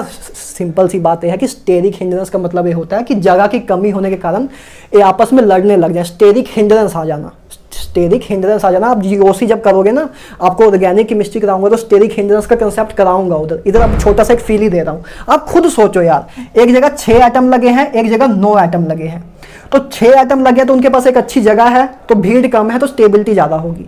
अब एक जगह 9 एटम लगा दिया तो भीड़ ही बहुत ज्यादा हो गई, भीड़ ज्यादा होगी तो आपस में ये लड़ रहे हैं कि मुझे जगह दे, वो कह रहा है मुझे जगह दे, वो भी जगह के लिए लड़ रहा है, ये भी जगह के लिए लड़ रहा है, आपस में ही लड़ रहे हैं। तो कभी भी वो 9 बॉन्ड बनाएगा ही नहीं, ठीक है, कभी भी वो 9 बॉन्ड बनाएगा ही नहीं। तो 2 ही मैक्सिमम डी ऑर्बिटल यूज हो पाते हैं आपका कोवलेंसी में पार्टिसिपेट करने के लिए, ठीक है, इसलिए आपके आगे और कोऑर्डिनेट बॉन्ड नहीं बनते हैं, ठीक है, ड्यू टू स्टेरिक हिंड्रेंस। हालांकि इतना डेप्थ में जाने की जरूरत नहीं थी मुझे अभी, लेकिन तब भी थोड़ा सा समझा दिया, मे भी किसी के माइंड में डाउट रह जाए तो हल्का सा बता दिया है, ठीक है। तो मैक्सिमम कोवलेंसी इसकी 6 हो सकती है कि 3 आपके कोऑर्डिनेट बॉन्ड, 3 आपके कोवलेंट बॉन्ड बना ले और 3 आपने कोऑर्डिनेट बॉन्ड बना ले, ठीक है, 3 आपके कोऑर्डिनेट बॉन्ड बना ले। अच्छा, वैलेंसी कितनी हो सकती है? वैलेंसी आपको क्लियरली दिख रहा है कि 3 इलेक्ट्रॉन को लॉस करना ज़्यादा इजी होगा इसके लिए एज कम्पेयर टू 5 इलेक्ट्रॉन का गेन करने के कंपैरेटिवली। तो वैलेंसी इसकी +3 हो जाएगी, वैलेंसी इसकी +3 हो जाएगी, ठीक है। तो मैक्सिमम कोवलेंसी इसकी 6 होगी, ठीक है। तो आपसे कभी कभी पूछ भी लेते हैं कि why third period element have maximum covalency 6 but second period element have covalency 4, क्यों? इसका रीजन है कि सेकंड पीरियड एलिमेंट की कोवलेंसी 4 ही होती है, लेकिन थर्ड पीरियड एलिमेंट की कोवलेंसी 6 होती है। इसका रीजन क्या है?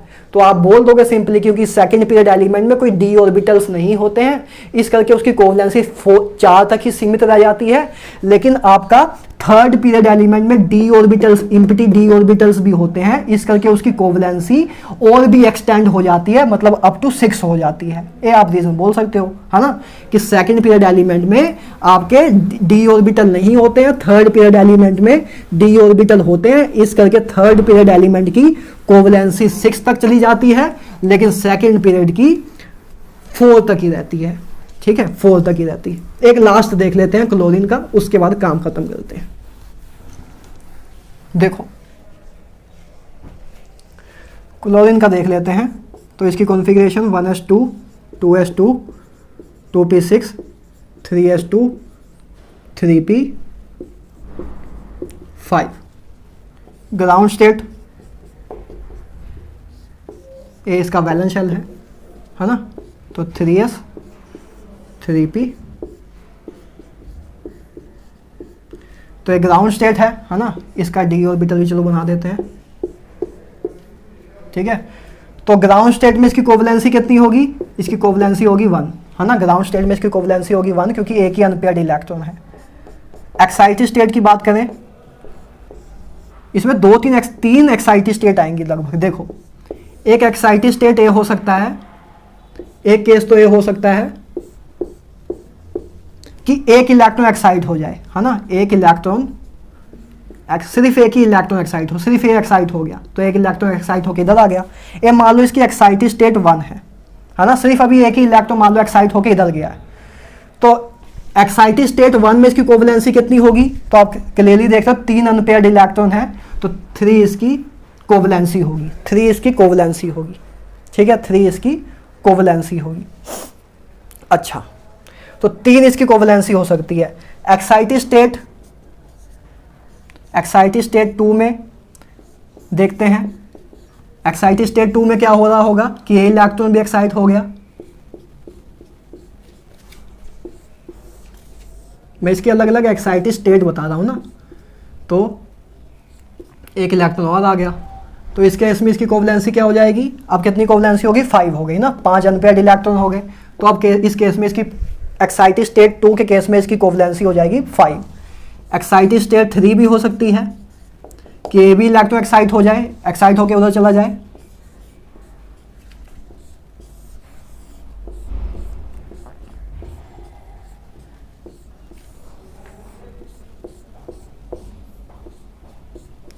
तो ए हो सकती है।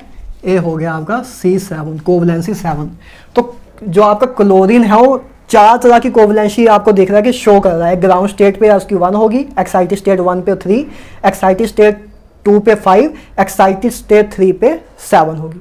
तो इसकी 4 कोवलेंसी आपको दिख रही है। ठीक है, 4 कोवलेंसी आपकी शो कर सकता है। बात क्लियर है? ठीक है, तो क्लोरीन की कुछ एक आपकी मैंने दिखा दी कि कोवलेंसी इसकी 4 हो सकती है, 1 3 5 7। ठीक है, 1 3 5 7 7 कोवलेंसी ये शो कर सकता है। बात क्लियर है? ठीक है, इसकी वैलेंसी क्या हो सकती है? इसकी वैलेंसी क्या होगी? ठीक है, एक इलेक्ट्रॉन को एक्सेप्ट करने ज़्यादा फेवरेबल होगा तो -1, है ना। 7 इलेक्ट्रॉन को लॉस करने के कंपैरेटिवली एक इलेक्ट्रॉन को एक्सेप्ट करना ज़्यादा फेवरेबल होगा, इसलिए वैलेंसी इसकी -1 होगी। ठीक है, तो यार इसकी एक कोवलेंसी हो जाएगी, है ना, इसकी एक कोवलेंसी हो जाएगी और इसकी वैलेंसी हो जाएगी। कोवलेंसी इसकी ग्राउंड स्टेट में देखें तो 1 है, एक्साइटेड स्टेट 1 में 3 है, एक्साइटेड स्टेट 2 में 5 है, एक्साइटेड स्टेट 3 में 7 है। मतलब इससे पता क्या लग रहा है? इससे आपको ये पता लग रहा है कि जो क्लोरीन है वो ए भी कर सकता है कि सिर्फ एक ही आपका कोवलेंट बॉन्ड बनाए, या तो वो ए भी कर सकता है कि 3 आपके कोवलेंट बॉन्ड बना ले, या वो ए भी कर सकता है कि आपके 5 कोवलेंट बॉन्ड बना ले, या वो ए भी कर सकता है कि 7 कोवलेंट बॉन्ड बना ले, या ये भी कर सकता है कि 7 कोवलेंट बॉन्ड बना ले। इसीलिए हम देखते हैं कि HCl स्ट्रक्चर भी बनता है, ClF3 भी बनता है, ठीक है, PCl5 भी बनता है। ठीक है, PCl5 नहीं बोलते हैं, ऐसा करते हैं ClF5 ही बोल देता हूं। ठीक है, वैसे ClF5 इन जनरल हम देखते नहीं हैं, लेकिन खैर ठीक है, ClF5 भी बोल सकते हैं और ClF7 का स्ट्रक्चर भी हम बना सकते हैं। ठीक है, तो इससे तो हमें यही पता लग रहा है, ठीक है, इससे हमें इसकी कोवलेंसी से तो हमें यही पता लग रहा है कि क्लोरीन आपका एक बॉन्ड भी बना सकता है, 3 भी बना सकता है, 5 भी बना सकता है, मतलब 5 कोवलेंट बॉन्ड भी बना सकता है और 7 कोवलेंट बॉन्ड भी बना सकता है। तो ClF7 तो हम देखते ही हैं, ClF7 तो हम देखते हैं, ClF5 भी हम देखते ही हैं, रेयरली देखते हैं, लेकिन ClF3 और ClF7 तो देखते ही रहते हैं। तो इसकी कोवलेंसी, अलग अलग कोवलेंसी से हमें इतना ही समझ आ रहा है कि आपका क्लोरीन या तो एक बॉन्ड भी बना सकता है, 3 भी बना सकता है, 3 बॉन्ड बना के भी आपका एक कंपाउंड बना सकता है, 5 बॉन्ड बना के भी और 7 बॉन्ड बना के भी। तो समझ रहे हो कि कोवलेंसी से आपको क्या चीजें पता लग रही हैं। आपको ये समझ आ रहा है कि क्लोरीन कितने टाइप के कंपाउंड बना सकता है, या तो एक बॉन्ड बना के भी बना सकता है, 3 बॉन्ड बना के भी, 5 बॉन्ड बना के भी, 7 बॉन्ड बना के भी। तो ये इसलिए आपके देख लो कि 4 तरह के इसके क्लोरीन के कंपाउंड बन रहे हैं, एक बार एक बॉन्ड बनाया, एक बार 3, एक बार 5, एक बार 7। तो एक कोवलेंसी के कंसेप्ट से आपको यह समझ आता है कि कोई एटम या कोई एलिमेंट कितने कोवलेंट बॉन्ड बना सकता है, कितने टाइप के कोवलेंट बॉन्ड या कितने टाइप के कोवलेंट कंपाउंड बना सकता है। ठीक है, इससे आपको यह समझ आता है। ठीक बात है। तो आई होप आपको कोवलेंसी और वैलेंसी निकालना समझ आ गया होगा, इनके बीच में डिफरेंस समझ आ गया होगा। अब सिलिकॉन, फॉस्फोरस और सल्फर की आप खुद निकाल लोगे आई होप। ठीक है, उसमें कोई इतनी बड़ी दिक्कत नहीं आएगी। ठीक है, तो आज हमने ये सारी बात कर ली कि पहले कोऑर्डिनेट बॉन्ड को देख लिया क्या होता है, कोवलेंट बॉन्ड को देख लिया क्या होता है, बाद में कोवलेंसी को समझ लिया। कोवलेंसी मोटा मोटा बोलूं तो यही है कि सेकंड पीरियड एलिमेंट की मैक्सिमम कोवलेंसी 4 होती है और थर्ड पीरियड एलिमेंट की मैक्सिमम कोवलेंसी, अगर क्लोरीन को छोड़ दूं अगर सिर्फ, तो मैक्सिमम कोवलेंसी 6 होती है। ठीक है, क्लोरीन के अलावा बाकी जितने भी थर्ड पीरियड एलिमेंट है उनकी मैक्सिमम कोवलेंसी 6 होती है। ठीक बात है। और इसका रीजन क्या है, क्योंकि इसमें इम्पिटी डी ऑर्बिटल होते हैं, सेकंड पीरियड एलिमेंट में इम्पिटी डी ऑर्बिटल नहीं होते हैं। So that's all about today's lecture. मिलते हैं नेक्स्ट लेक्चर में जिसमें हम ओवरलैपिंग के कंसेप्ट को डिटेल में डिस्कशन करेंगे। ठीक है, तो आज के लिए इतना ही। आपको डीपीपी मिल जाएगी आज के डिस्क्रिप्शन बॉक्स में, उसको आप कर लेना। इसमें कुछ ज़्यादा क्वेश्चन बनेंगे तो नहीं, लेकिन मैं कुछ कोशिश करूंगा कुछ 4-5 क्वेश्चन इस पर बना दूं, उसको आप कर लेना। मिलते हैं नेक्स्ट लेक्चर में। नेक्स्ट लेक्चर इंपॉर्टेंट होगा ओवरलैपिंग के बारे में। ठीक है, तो आज के लिए इतना ही। मिलते हैं नेक्स्ट वीडियो में। Have a good day.